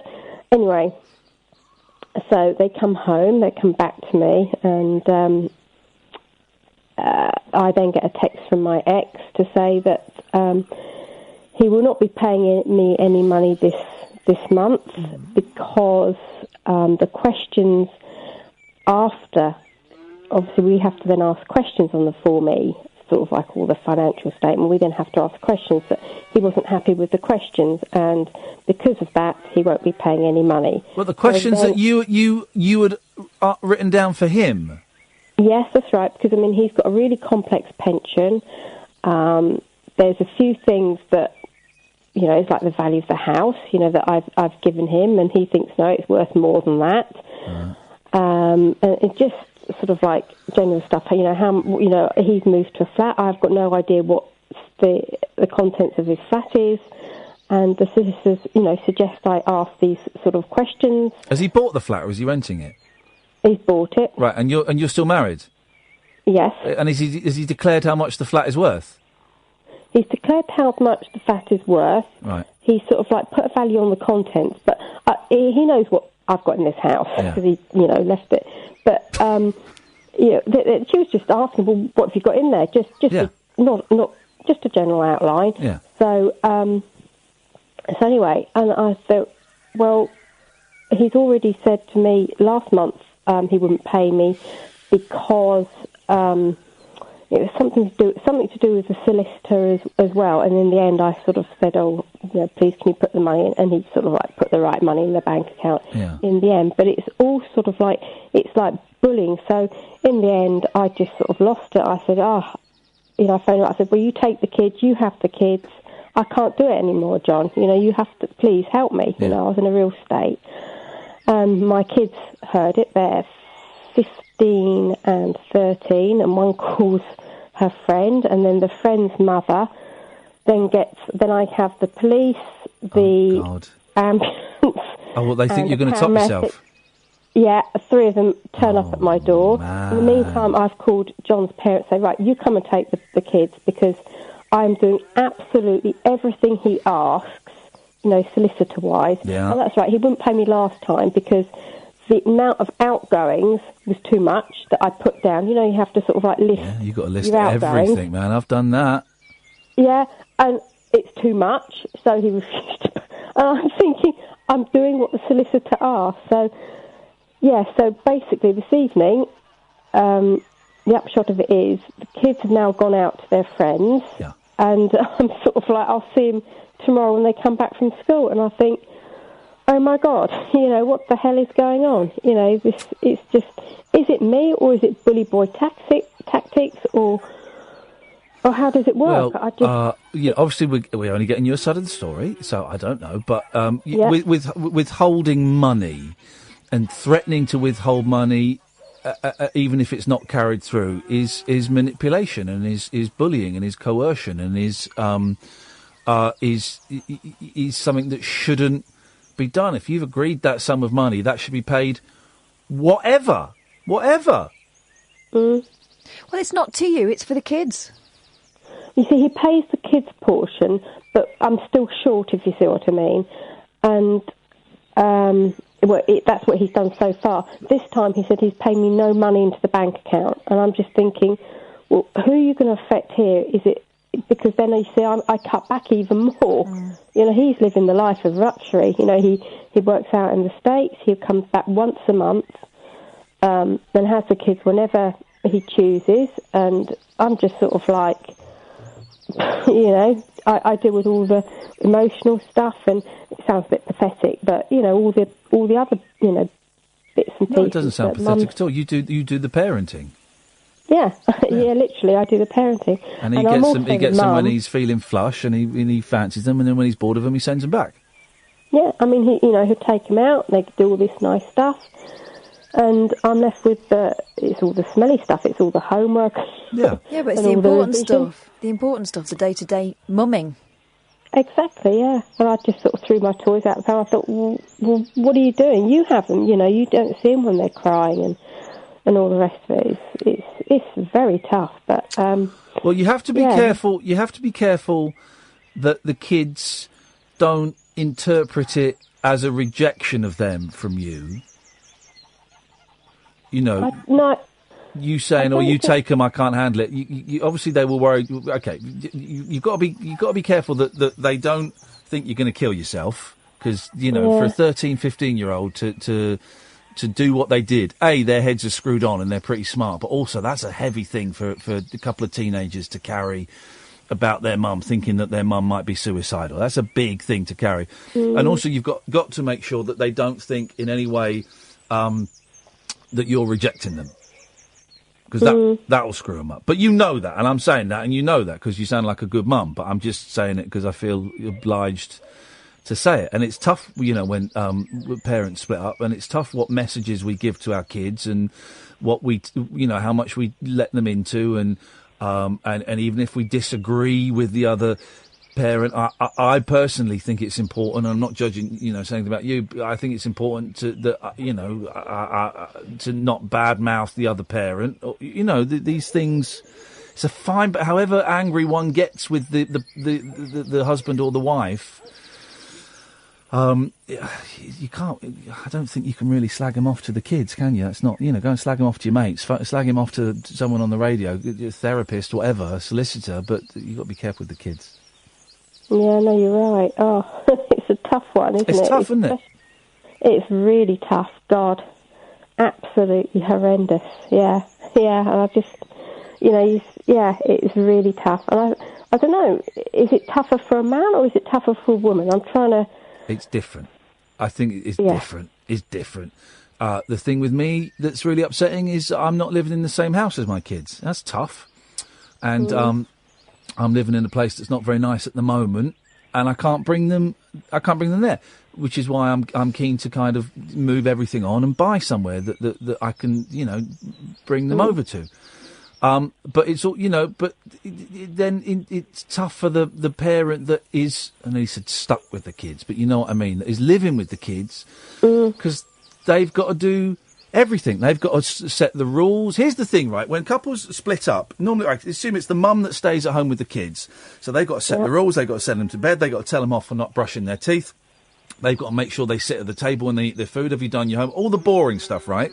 And then the parent that doesn't live there comes in at the weekends, takes them out to the cinema and takes them out and buys them games and takes them out for Pizza Express or McDonald's or whatever, and then takes them back home. And to the kids, unless it's explained to them, the kids go, wow, the parent that picks me up at the weekends loves me more because they're taking me to the pictures and they're buying me popcorn and then they're buying me burgers. Where the parent I'm living with is always telling me off for not brushing my teeth and picking up my socks. So it's a tough balance, man. It's a tough balance. Everything's tough. And how do you stop yourself from... Because my ex, okay, he's in the States. He works out there. I mean, it's his choice. He doesn't really have to if he really hand on heart.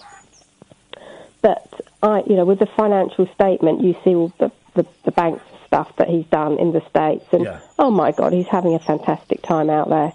And I think to myself, you are doing this every weekend and you're not helping your kids. And I just can't sort of, I will slag him off, can you not see what you're, and I say to my kids, it's not me that's pushing for the divorce, it's your dad, because he would never actually say that. And well, if I ever meet anyone first, or because I'm sure he's got someone out there, but he would never tell them that because that would make him look bad. Yet, if I got a partner, he would then be able to say, oh, well, I've got a partner now. So can you see what I'm saying? I can understand what you're saying. Listen, I'm not telling you how to live your life or how to be a parent because we're all, whistling in the dark on this one. I would be very... All I can think about is what I'm going through now and what happened when my mum and dad split up. And my mum... she kind of did badmouth my dad for a bit. And my dad was a lousy dad and an even worse husband. But because she badmouthed him a bit and I felt very protective of her, I didn't see my dad for years and years and years. And we had a very toxic relationship from the age of about 15, for me, it's obviously not him, till about the age of about 37. Really toxic relationship. So it's 22 years. And then we had like a year where we started to become friends and then he died. Oh, my and goodness. There's part of me that resents my mum for doing that. Mm-hmm. It's part of me that's angry with myself because I made some really bad decisions. But I was 15. What did I know? Actually, there is a big part of me that resents my mum for bad-mouthing my dad. And I wish she had made more of an effort to make me see my dad and make me see my dad's side of the family. Not totally her job to do that, not totally her responsibility. It's lots of different people's responsibility, including mine. I just think also you've got a 13 and 15-year-old, and I know they look like adults and they smell like adults, but they're kids. They're kids. Oh, no. And to go around saying, your dad's not a very nice person, your dad's done this. Sometimes you just got to suck it up, and I wouldn't share that stuff with the kids. Share it with someone else. Share it with an adult who gets it. Share it with a mate. Share it with Samaritan. Share it with your mum. Share it with the solicitor. Share it with, the priest. Whatever. I don't think it's fair to share that stuff with 13 and 15-year-olds. But I'm saying that, and I'm not judging you, and I'm not, you do what you got to do. No, it sounds like a bloody nightmare. Yeah. Yeah. Yeah, no, it's horrible, horrible, horrible, horrible. I do feel for you. Yes.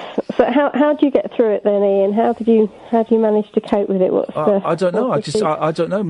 I'm meditating. I'm checking how my kids are doing, and not constantly, but every now and everything all right. We've had a little bit of a cry this weekend and stuff like that, and that's all right. I don't know. I'm kind of hoping that I'm sort of through the worst of it. It'll be what it'll be. I can see some light at the end of the tunnel. Hey, yeah. I hope we cheered you up, Sarah. You did. Thank you. Did we cheer you up? Thank you, Catherine. Yes, thank you so much. Thank you very much. Cheers. Ta-ta. 0344 499 1000. This is Talk Radio. The Late Night Alternative with Iain Lee. On air and off the leash. On Talk Radio.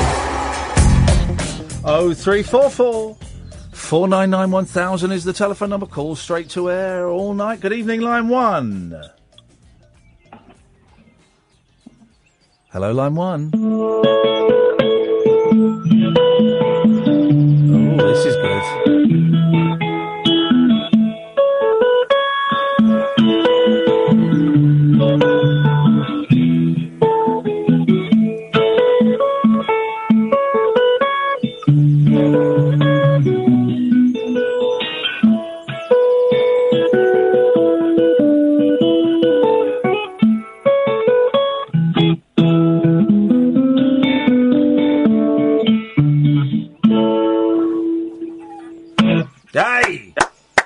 Danny's gone. That was great.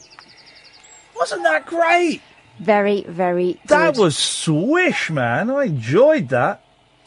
0344 499 1000 is the telephone number. Do you want to improve your sex life, Catherine?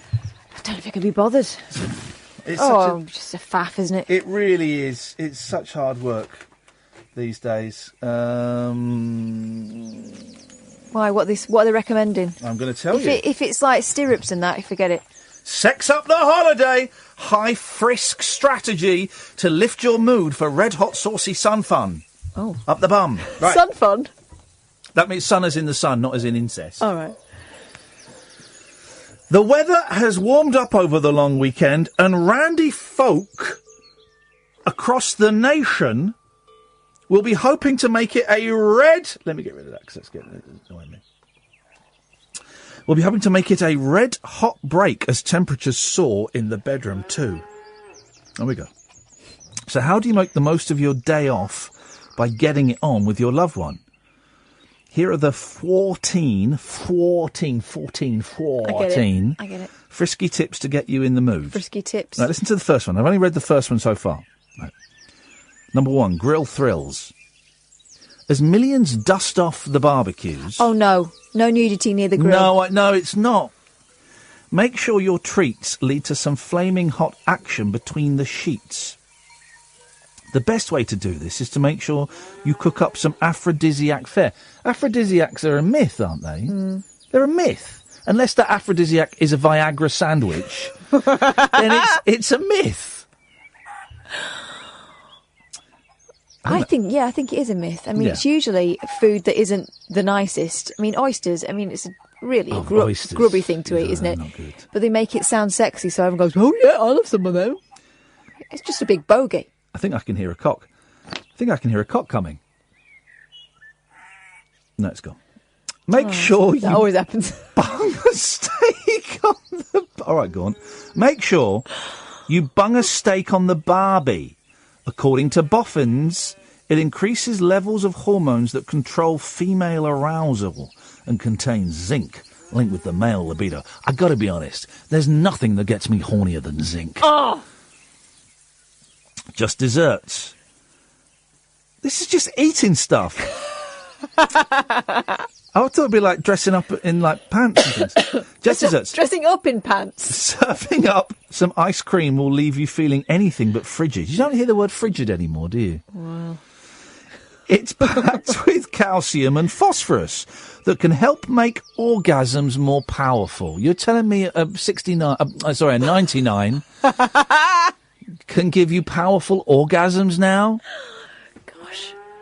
When it comes to flavours, it has to be vanilla, the ultimate scent for creating arousal. That's according to a study conducted at Chicago's Smell and Taste Treatment and Research Foundation. Not a real place. No. Add some fruity kebabs to the barbie too. God. Strawberries are packed with libido-boosting zinc. Zinc! While watermelon has properties similar to Viagra. If that doesn't work, cut a hole in it. No! And don't look on YouTube for that. It's disgusting. The noise alone. Oh, that woman. Oh, that was a grapefruit, wasn't it? Carry on. That woman giving a BJ with a grapefruit on the penis. Have you seen this? She's got grapefruit on the penis and she's... But the noise is like... like the real-life Tasmanian devils? It's like that. I mean, that's got to be off-putting, hasn't it? I wonder if I Put a can bit of find Kenny it. G on and try and drown that out. See if we can. Here we go. Grapefruit technique. No, don't. You can't. Let's. You can, actually. Now, this is my bonus technique, the grapefruit. She said bonus. Normally, you can only get this technique in one of my classes, but I wanted to share this with you because I believe every man should get grapefruited. When you grapefruit your... I bet that's... Whoa! Okay, we got that dump, did we? Right, let's go to the bit where she's doing it. Okay, she's a very rude lady. Well, she's about to suck off a grapefruit. Where's the bit where she's doing it? Here we go. So she puts a grapefruit... Horrific. ...on... I guess you'd call that a dildo? Have we got delay? Okay, let's just try. To do is just suck his dick. She said suck.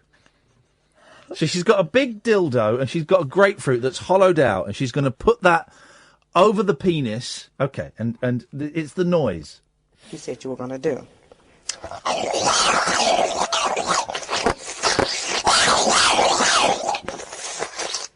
Once he's nice and erect, what you're going to do is replace the grapefruit from your mouth. You're going to twist up and down on his shaft and suck the head at the same time.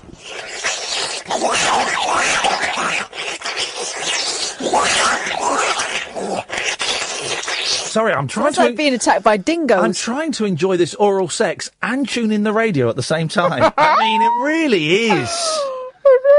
It's Now, ladies, remember, grapefruit is also a fat burner, so you're actually losing weight while you're sucking his dick. Now, once you're doing this technique...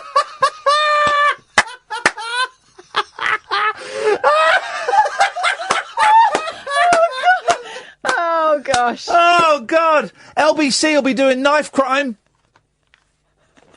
LBC will be doing knife crime, and in many ways we're doing a knife crime there with that. That's something else. Okay, I think that'll do, I think. More of these tips a little bit later on. Just that noise.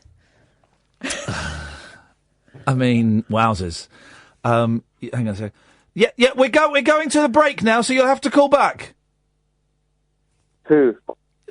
Well, you obviously. I've got to go to the adverts in 20 seconds. Well, then just keep me on the line then, innit? Well, no, you call back, innit? There we go. I'm dealing with simpletons tonight. 0344 499 1000 is the telephone number if you want to give us a call. This really has been a very special show. Another hour to go. The Late Night Alternative, only on Talk Radio. The Late Night Alternative with Iain Lee on Talk Radio. We have ways of making you talk.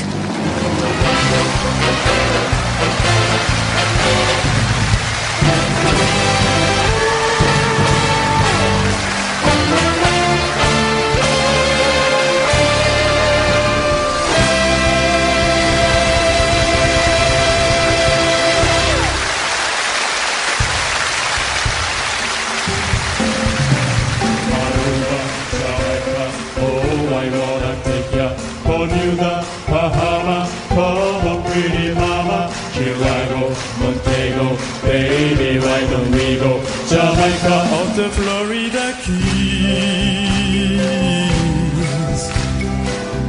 There's a place called Kokomo. That's where you wanna go to get away from it all. But see the sand, tropical dream marching in your hand. We'll be falling in love to the rhythm of the steel drum band. Down in Coco, Aruba, Jamaica, oh I wanna take her. Bermuda, Bahama, Como, pretty mama. Here I go, Montego, baby, why don't we go down to Coco? We'll get down fast and rolling like it's slow. That's where we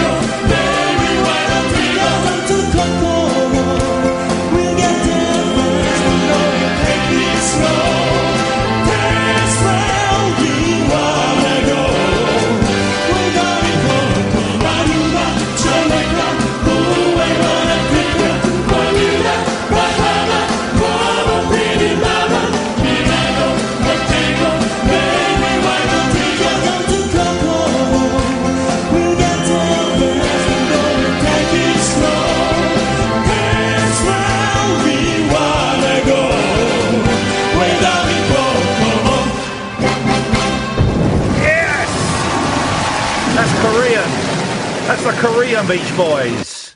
Then there's a version of it by someone called Lilywood and the Prick. No. What's this? It's a great song. I love Kokomo. Préfère l'autre. Oh. Mais t'es pas obligé de copier ce que je fais. This could be good. After Florida Keys, 4 on the floor. there's a place called Kokomo. That's where you wanna go to get away from it all.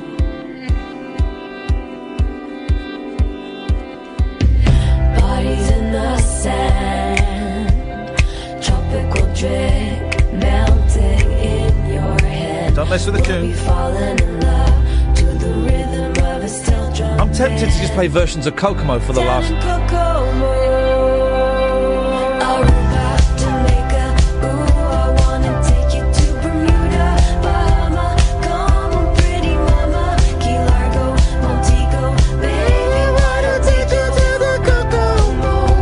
We'll get there fast and then we'll take it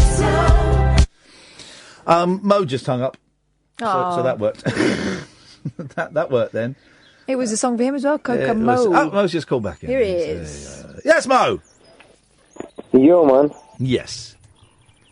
How are you? Pretty much the same I was the last time we spoke. So, okay, so this time I'm going to be calm. By the way, I don't really like her t-shirt. I like Catherine's dress, but I don't really like her t-shirt. Don't care, that's why I blocked you on YouTube. Oh, did you? Yeah, can't be bothered with it. Oh. Can't be bothered. My T-shirt is "The kids in the hall. I'm going to crush your head." Oh, that's really harsh, Catherine. Why would you even say that? Deal with it. Why would you do that? Do you think I care? That's the thing. I don't really care. Good. Doesn't matter then, does Okay. it? So well done for staying so calm for at least 12 seconds, Mo. What have you what have you called in for this time? Well, I just want to, I actually agree with some of your points you actually made about Jeremy Clarkson. And I don't really usually agree with you. I actually agree with some of the comments you made about Jeremy Clarkson. But the thing is, as a radio presenter who has 99,000 viewers on Twitter, you shouldn't be showcasing your hate towards a fellow TV presenter and a fellow friend. I think you're right. No, you're winding me up, Andy. No, I think you're right. You really shouldn't. I think you're right, and I apologise. I apologise sincerely. No, man, but don't treat me like that. Yeah, don't belittle me. I'm not. Hang on a minute. I'm not belittling you, Mo. I agree with you. I've given it quite a lot of consideration over the past hour, and I think you're right. And I apologise. I apologise to Jeremy Clarkson. I apologise to his family. You're right. I should use this platform I have for not spreading hate. Wow, if you agree with me, that's amazing. But if you're sarcastic, which you probably are, I don't know. Mo, I'm agreeing with you, and I apologise. And I apologise if I offended Mr. Clarkson and his family. I certainly apologise to you, Mo, for obviously upsetting you. And you're right, and it's given me a lot to think about. So thank you for that. I appreciate it. And does Catherine agree with me? I don't know. I've not spoken to Catherine about it, and that's irrelevant. Your beef is with me, and I apologise. Well, speak with Catherine if she agrees with me. Sorry? Speak with Catherine and see if she agrees with me. Speak with Catherine until she agrees with you. No, and see if she agrees with me. You could ask her, Mo. She can hear us. She can hear us right now. No, I'm scared of Catherine, to be honest. Because she's a scary. woman, and yeah. Catherine, do you agree with Mo? I think he makes a lot of very important points, yeah. Yeah, we both agree with you. You've opened up our eyes, so thank you for that, ma'am. Was this a message from your presenter? A little, note behind the table? Say that again, sorry? Was that a little note from your presenter, or just say this to Mo? No, Catherine, listen, I don't know what women you've spent time with, but Catherine is a free thinker, and I certainly couldn't persuade her or instruct her to say or think anything. I think women are pretty much equal to men. Well, why are you pointing out that to me? Why are you stating the obvious? Well, because you're assuming that I've somehow told her what to say, and that would be unequal, wouldn't it? No, man, I said your presenter from the top, the people above you two. The presenter. You don't. Okay, sorry, you don't know what you're talking about. I don't. And neither do I. The presenter from the top. Yeah, above you is probably sending you notes under the table. Okay, Well, yeah, that's happening. No, that's where he lives. He's right. That's happening as well. Yep, that's where that's happening. You, I don't know. I don't know what you're doing. You're annoying me because you're agreeing with me. I know you've said something. You've said something. I argued against it. Then I thought about it, and I realised you were probably right. You're being like kind of sarcastic with me, but that doesn't matter. Okay, Mo, here's what you need to do. You need to trust a little bit more, brother. The calf is laughing her head off on the camera. But, like, okay, I'll trust Because you. you're talking about people passing notes under the desk. There's no one out there. Can you see anyone under the desk? There is no presenter under the desk passing notes, Mo. It's just a funny image. That's the paranoid ramblings of a delusional idiot. But in terms of Jeremy Clarkson, yeah, you're right. You're absolutely right, and I agree with you. Okay, if you actually sincerely do, I don't know if that even makes sense, then I thank you for that. No, Mo. I thank you for it because I've learnt something tonight. So thank you, man. But man, don't worry. I'll still call in and I'll still disagree with you at times. We agree. Okay, I agree. I don't know if you agree or not. Okay, but I'll believe But you. only disagree with things that you genuinely disagree with. Don't disagree just for the sake of disagreeing. That will be disingenuous. What do you mean? But like a lot of the points, some of the points you say I disagree with. Okay, but only phone in and disagree with the points you disagree with. Don't disagree. Don't be contrary just for the sake of contrariness. Why is Catherine waving on the camera? I'm not. She's not, mate. Are you looking at the right feed? Yeah, you're probably watching it on Mo. You're probably watching it on a delay. Click if you hover the cursor over it, the word "live" will appear. If you click on the word "live," that takes you to exactly where you are, where we are, or thereabouts. But there's always a slight delay on it. You got it, brother. Well There's done. the red cup. Yeah. Obviously, man, I know what to do. Obviously, I'm not stupid. I don't know why you're like. Well, you're accusing me of doing something I'm not. I'm wondering why you would see something that didn't happen. But these, mistakes and things can happen, and misunderstandings, and that's fine. Mo, thanks so much for your call, man. I really appreciate it. Okay, man. See ya. Thanks a lot. Great caller, intelligent guy, like that, respect that. He flagged up something. I disagree with it. I thought about it. I processed the information and realised he was probably right. Thank you, Mo. Best caller of the night so far. 03444991000. This is the Late Night Alternative on Talk Radio. Unmissable late night radio with the original king of unconventional conversation. Make contact with Iain Lee. The Late Night Alternative with Iain Lee on Talk Radio. 03444991000. So we've got 14 tips to sex up the thing. Tipple tweaks. So we've had have a steak to get you fruity. Because of the zinc. Have pudding. Now it's drink. Tip number 3, tipple tweaks. If it was nipple tweaks, I'd get it, but tipple tweaks. We all love relaxing with a drink on a long weekend, but some types of booze are more likely to put you in the mood than others. Wine can actually help blood flow to the nether regions. Oh. Just try to stick to 1 glass each. Oh. Work tomorrow? Sharing a strong coffee could do it. Sharing a strong coffee? A study by researchers at the University of Michigan found that those who drank at least 1 cup of coffee a day engaged in more sexual activity. Okay, so the first 3 are rubbish. No, hang on a minute. 1 coffee a day. Most people drink coffee.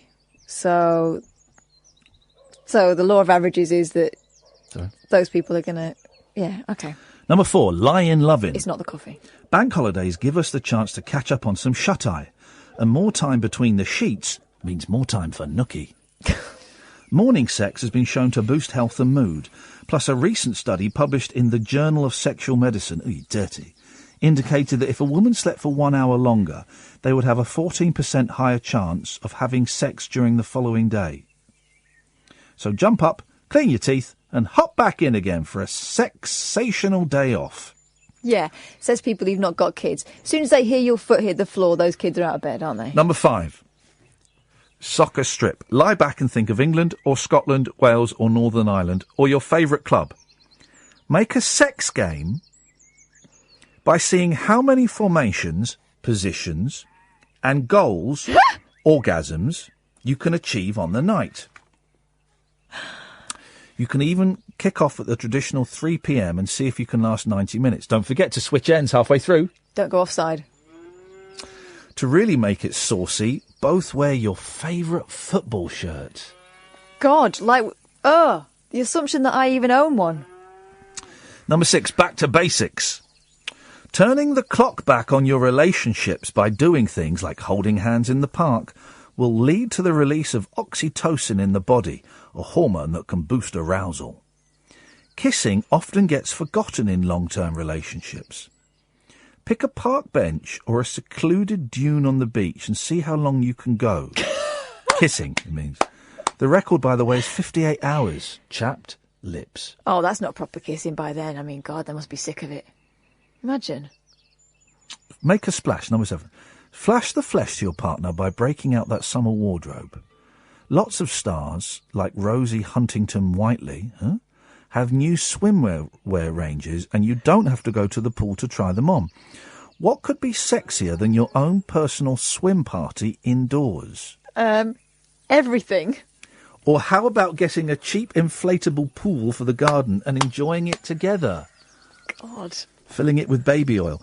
Alternatively, invent your own costume drama with fancy dress outfits. For example, you could pretend you're joining the Mile High Club in air hostess and pilot gear. Who's flying the plane? Oh, I'm thinking too practically, aren't I? Number 8, a horny history. God. This is the adult version of horrible histories.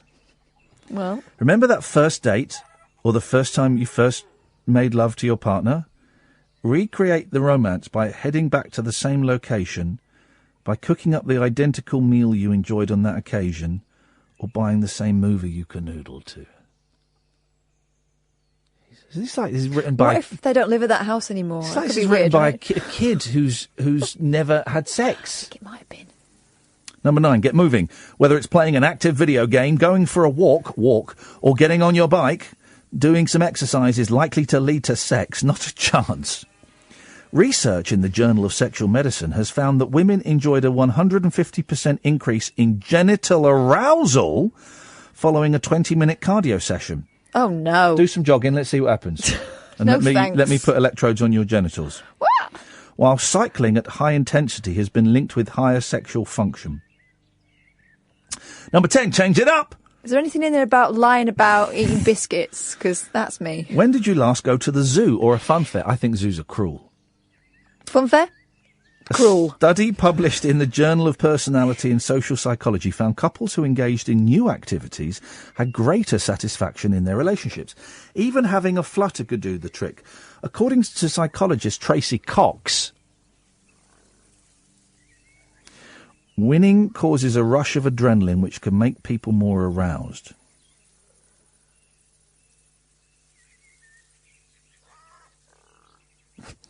God. All right. This one's a good one. I can see this working. Number 11, sauce it up. Thousands of us will be hitting the seaside. But whether or not you're going to be down on the beach, take inspiration from the old tradition of saucy postcards. Get out those skimpy undies and recreate some of the classic scenes with your partner. Whether it's having an accident with your ice cream or showing off those stocking tops.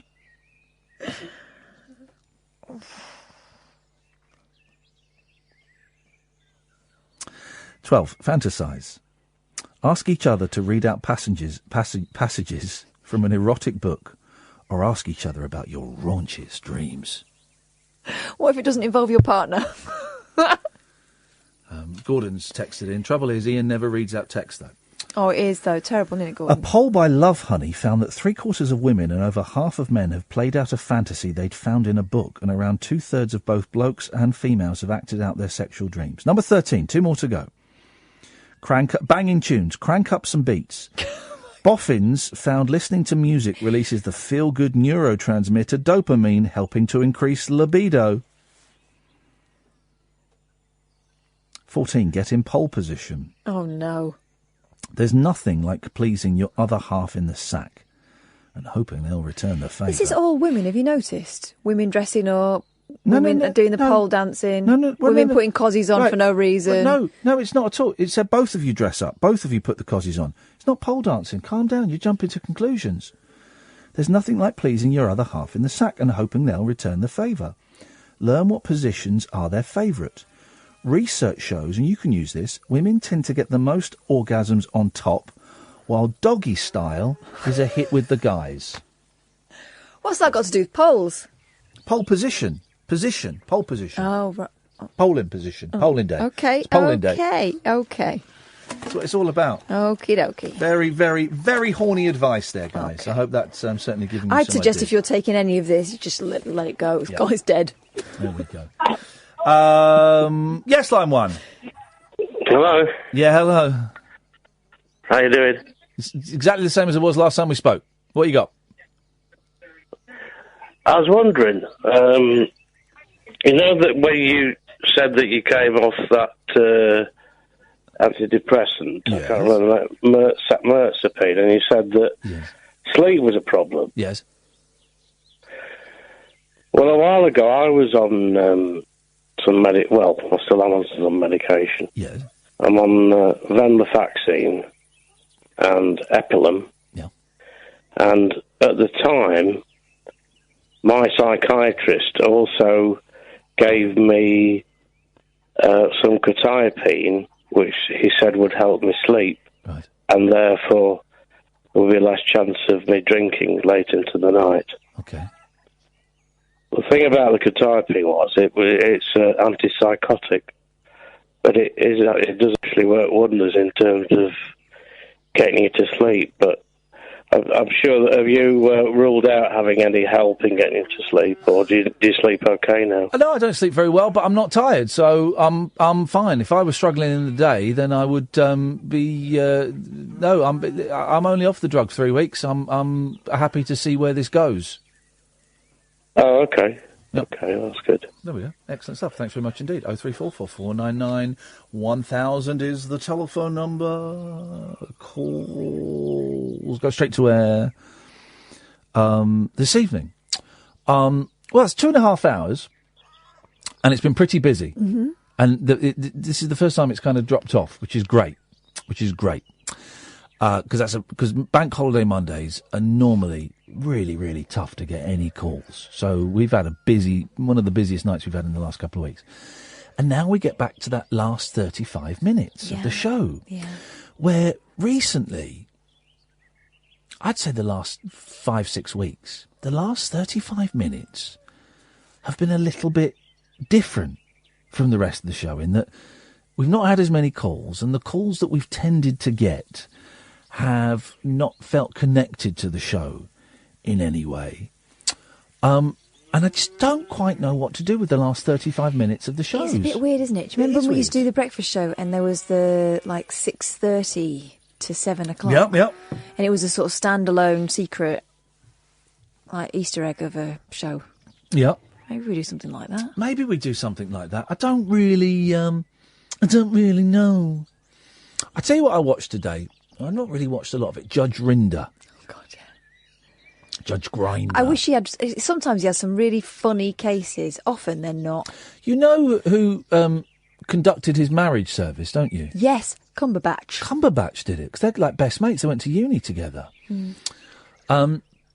Very, very There was a posh. trailer for the new Rinder series where he goes and investigates some of the biggest unsolved murders in Britain. Oh. Yeah. I'm not sure if I want him on Serious. But basically, it's poor man's Judge Judy. Yeah. Now, the show idea I had, and I tried to sell this about 13 years ago. It's a great idea for a show. Is it's Judge Judy, but for kids, right? So it would be me as the judge, and you do it like a proper courtroom, Mm-hmm. and then you get like these 2 8-year-old girls come in, and they go, so what's going on? Well, we were best friends, and she has stopped playing with me, and she's been bad-mouthing me to things. Okay, That's what I've been doing all weekend. Yeah, what's your side of the story?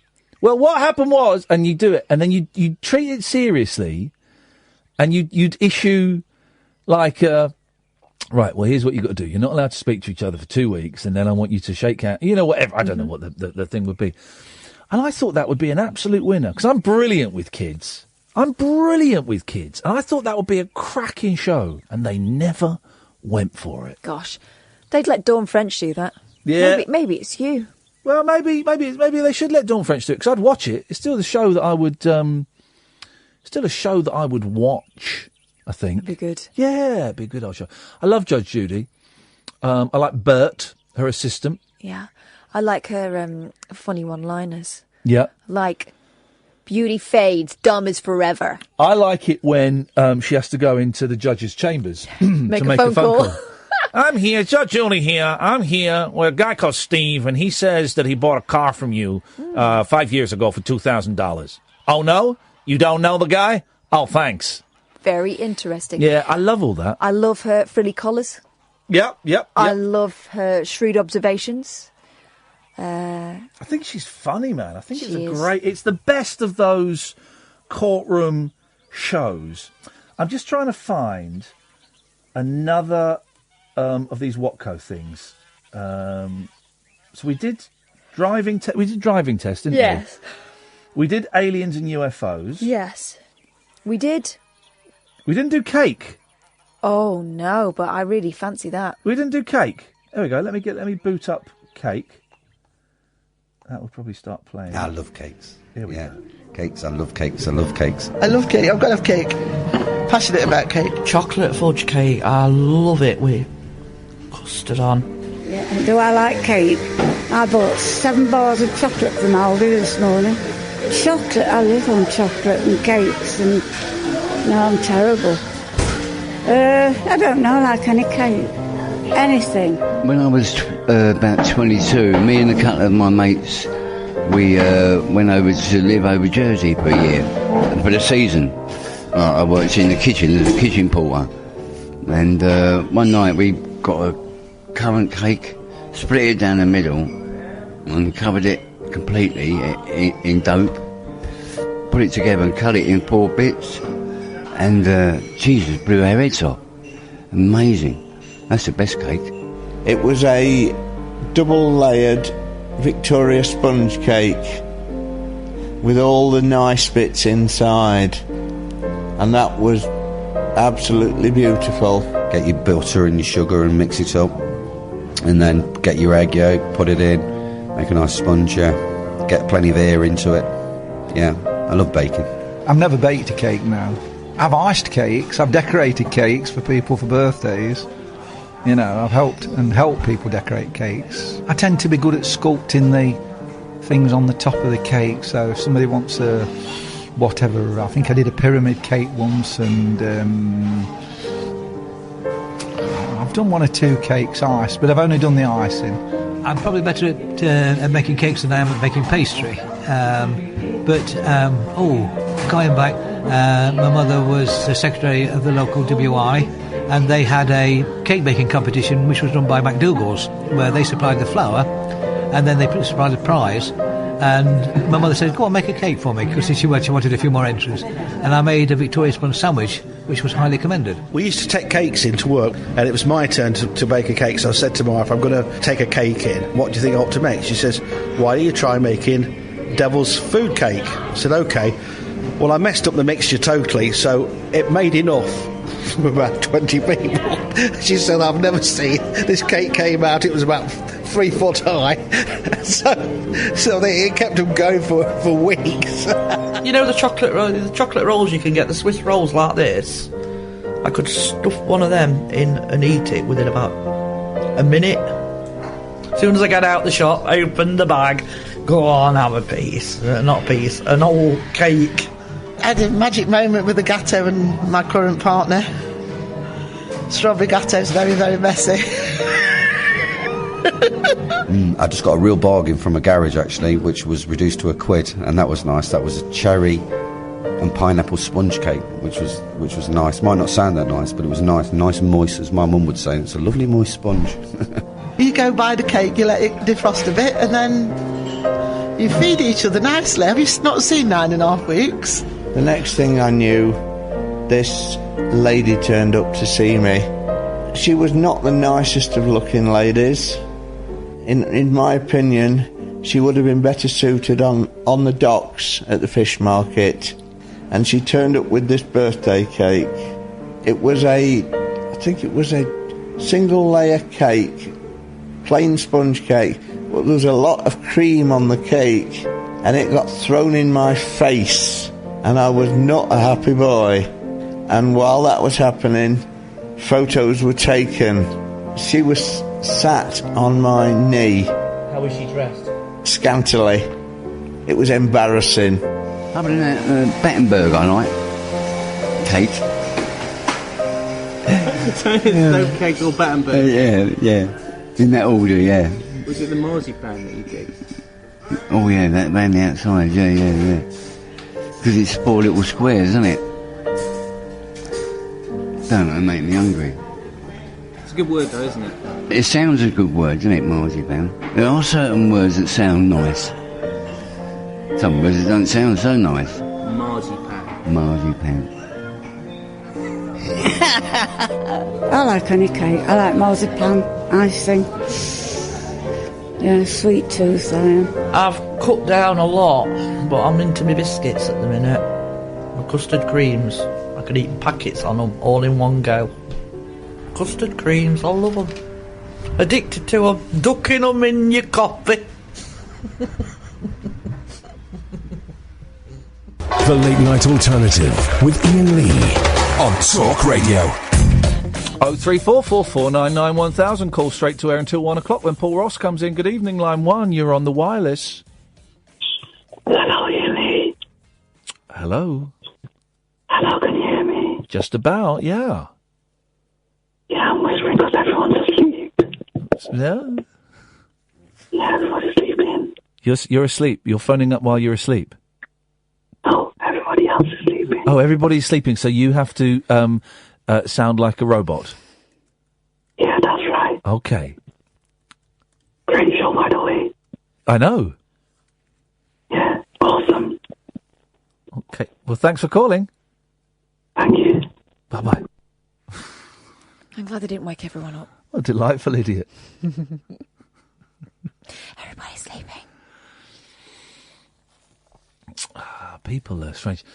Yeah, no, I don't like marzipan. Oh, I do. Big yellow, I remember a thick block of it at my nan's, Nanny Peg's, and I was about 5. Bright yellow. Mm-hmm. And I think my aunt was making a cake. And I bit into it. Well, does it taste like aniseed? No. Almonds. Well, almonds... Oh, almonds. Almonds taste like aniseed, though. No, aniseed tastes like licorice. Yeah, almonds taste like licorice. No. Well, it does, actually. It does. No.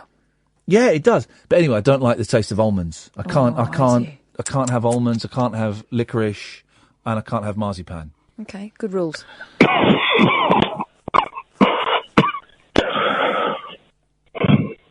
Hello, caller. Hello, caller. Hello, Ian. Could we have maybe a radio like in the way you do with Paul Ross first hour? No, that's not going to happen. Line 2, you're on the wireless. Explain the experience to anyone who's never smoked a joint. Basically, one, like for instance, understand it's set up, you get the munchies and you just want to eat and eat and eat. So, you know, that's one thing, get munchies, it's like really, munchies are hungry. And you just feel like really relaxed and mellow and heavy. Like, I feel heavy when I smoke it. Like, I feel like, and you feel really lethargic. You know, like, when you really, like, if you need to do something and you really don't want to do it, that's how you feel. It's just lethargic. And if you wish someone was hilarious, you can get the giggles as well. So, yeah, I mean... I always found the munchies thing was a myth. I never really got them. You got hungry...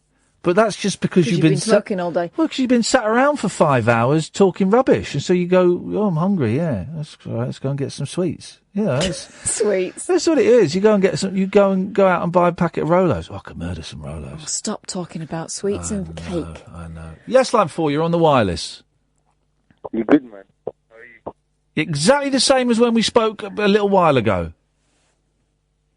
Okay, I want to ask you a question. Yeah, let's see if you agree. Why are you so interested in whether we agree on things? I don't understand. You should be your own person, Mo. Because you're a respected radio presenter. Okay, ask me the question. Let me ask, yeah? Okay, make Open the it floor quick, for me. because three's pushing it a bit, but go on. Just open the floor. Okay, so what's your view on legalizing drugs? I think it's a really dull phone-in topic that I vowed never to do because it's lazy, lazy radio. Just give us your view on legalizing No, I'm not drugs. going to, Mo, because it's kind of that and toys from the 70s are both really dull, lazy, unimaginative phone-in things, and I've always said I'd never do them.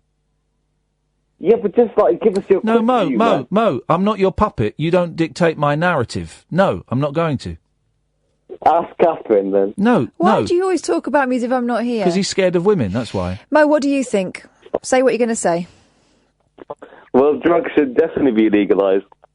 Okay, I think you've had enough, son. But thanks very much for calling. Let's go to line 2. You're on the wireless. That was rude, you twat. That was even ruder of you, you twat. You're a bigger twat. That's possibly true. Okay. Isn't that guy? Yeah, it is. Sex offender. Gosh. Sex offender, calling me up and calling me for years. Never actually seen a naked person in real life. Wish they'd go away because they are a weirdo, touching their balls when they call me. That guy's such a loser. Used to phone me at LBC. They were some of the dullest calls I've ever taken. And I can make gold out of rubbish calls. Just listen to me talking to Mo. But even that guy I can't control. His calls are so dull. He's a boring caller and a sex offender. Man, go away. I'm never gonna touch your winky with my mouth. That's what you want me to do. I won't be doing it to you. You're just not my kind of interesting guys. My kind of funny guys. Where you are no surprise. You are a boring, lonely loser. Leave me alone. Guitar solo.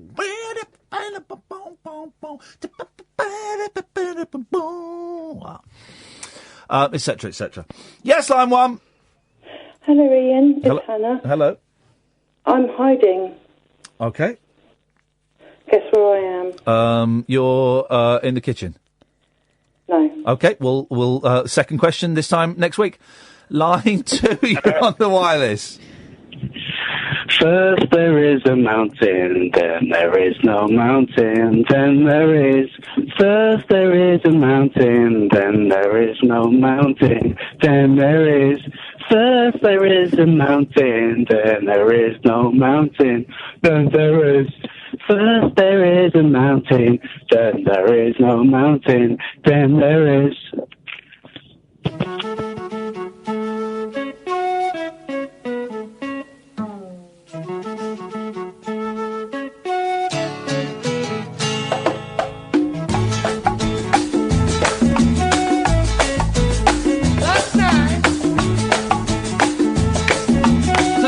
Up on my garden gates a snail, that's what it is.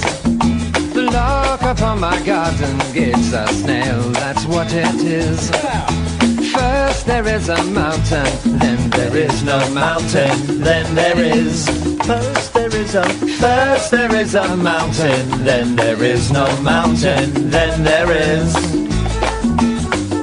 It's a great song. The only good song Donovan did. Atlantis. Yes, line 1.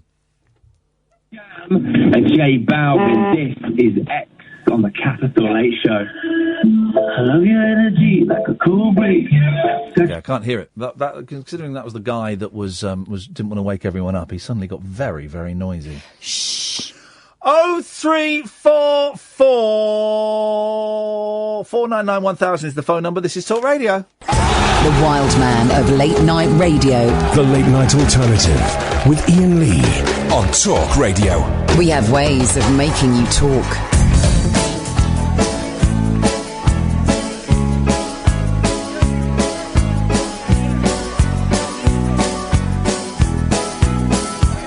Knegading, knegading, knegading, knegading, knegading, knegading. Ooh, ooh, knegading, knegading, knegading, knegading, knegading, knegading. Ooh, ooh. Een kilometerspoor schiet onder mij door. Ik ben op weg naar jou, want ik ben weg van jou. Vanochtend vroeg vertrokken in de luwte na de nacht. En 10 minuten op de trein gewacht. Want die had wat vertraging en mijn god, daar baal ik van. Omdat ik nu 10 minuten minder bij je blijven kan. Knegading, knegading, knegading, knegading, knegading, knegading. Oeh, oeh, knegading, knegading, knegading, knegading, knegading, knegading. Oeh, oeh. De trein raast alsmaar verder van station naar station. Ik kom op plaatsen waar ik nooit ben geweest. Er rammelt plots een kar, roept een juffrouw koffie thee. Ik heb wel dorst, toch zeg ik nee. Want de trein vermindert vaart terwijl mijn hart steeds sneller gaat. Kijk uit het raam, om te zien of zij daar staat. Knegading, knegading, knegading, knegading, knegading, knegading. Oeh, oeh, knegading, knegading, knegading, knegading, knegading, knegading. Oeh, oeh. Ik stap uit, kijk om me heen en even voel ik mij alleen. Want ik zie haar nog niet staan. Maar van achter een pilaar verschijnt haar lachende gezicht. Voor mijn gevoel lijkt alles langzamer te gaan. En ik ren op haar af, zij komt mij tegemoet. En achter ons vertrekt de trein, omdat de trein nou eenmaal verder moet. Knegading, knegading, knegading, knegading, knegading, knegading. Oeh, oeh, knegading, knegading, knegading, knegading, knegading, knegading. Oeh, oeh. En ik blijf bij jou slapen, want jij woont bij het spoor. En 's nachts, oelala, gaat het ritme door. Knegading, knegading, knegading, knegading. Oeh, oeh, knegading, knegading, knegading, knegading, knegading, knegading. Oeh, oeh, knegading, knegading, knegading. That's a song, guys. Knegading, knegading. Oeh, oeh, knegading, knegading, knegading, knegading, knegading. I haven't heard that for years. That's a great song. It's about a train. It's the rhythm of the train. Gadang, gadang. Gadang, gadang. Gadang, gadang. Ooh, ooh. 03444991000. Call straight to air. No withheld numbers. No pretending that you, whatever you're doing there, don't do it because you're a dick. It's been overall, I would give tonight's show for a bank holiday. I would give it a 7 out of 10. I'd nudge it up to a 7.5. Oh! Maybe an 8. Well, then I don't think you can do halves if you're ranking out of 10. 8 then. Well, I don't think it's an 8. It's Well, certainly not an 8. It's not about your opinion. It's about mine.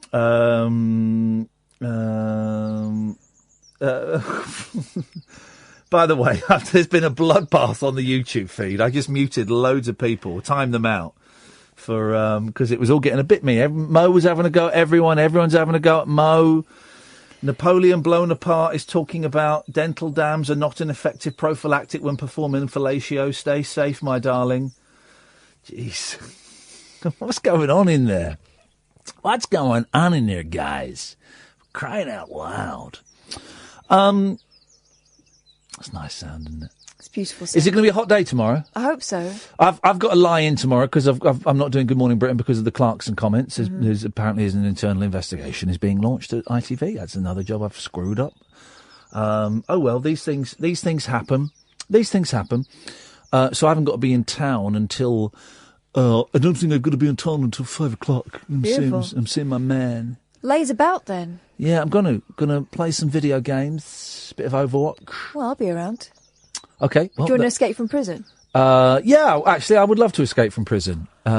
Someone tell me what happens a bit later on. But there's... why? Okay. Why do people have to spoil it? it? Involves a parachute. Is there only one? I think so. Yeah. Oh, I think sucks so. to be you. Yeah. So I think you can kill the other person. Oh. Anyway. So that's that. Kind of run out of steam in the last few minutes. There's absolutely nothing in the papers, as there wouldn't be because it's a bank holiday. Very little going on in the world. Everything kind of stops, doesn't it, for the bank holiday? Yeah. For the bank holiday, yeah. Then it's all going to restart tomorrow. I've got to get my tyres sorted out, I suppose, at some point. 6 million people watched the first episode of Millionaire. It's because it's the format. It's such a great format. It's a good quiz. Like that Weakest Link is a good quiz. Saw a weird quiz today, hosted by Warwick Davis, called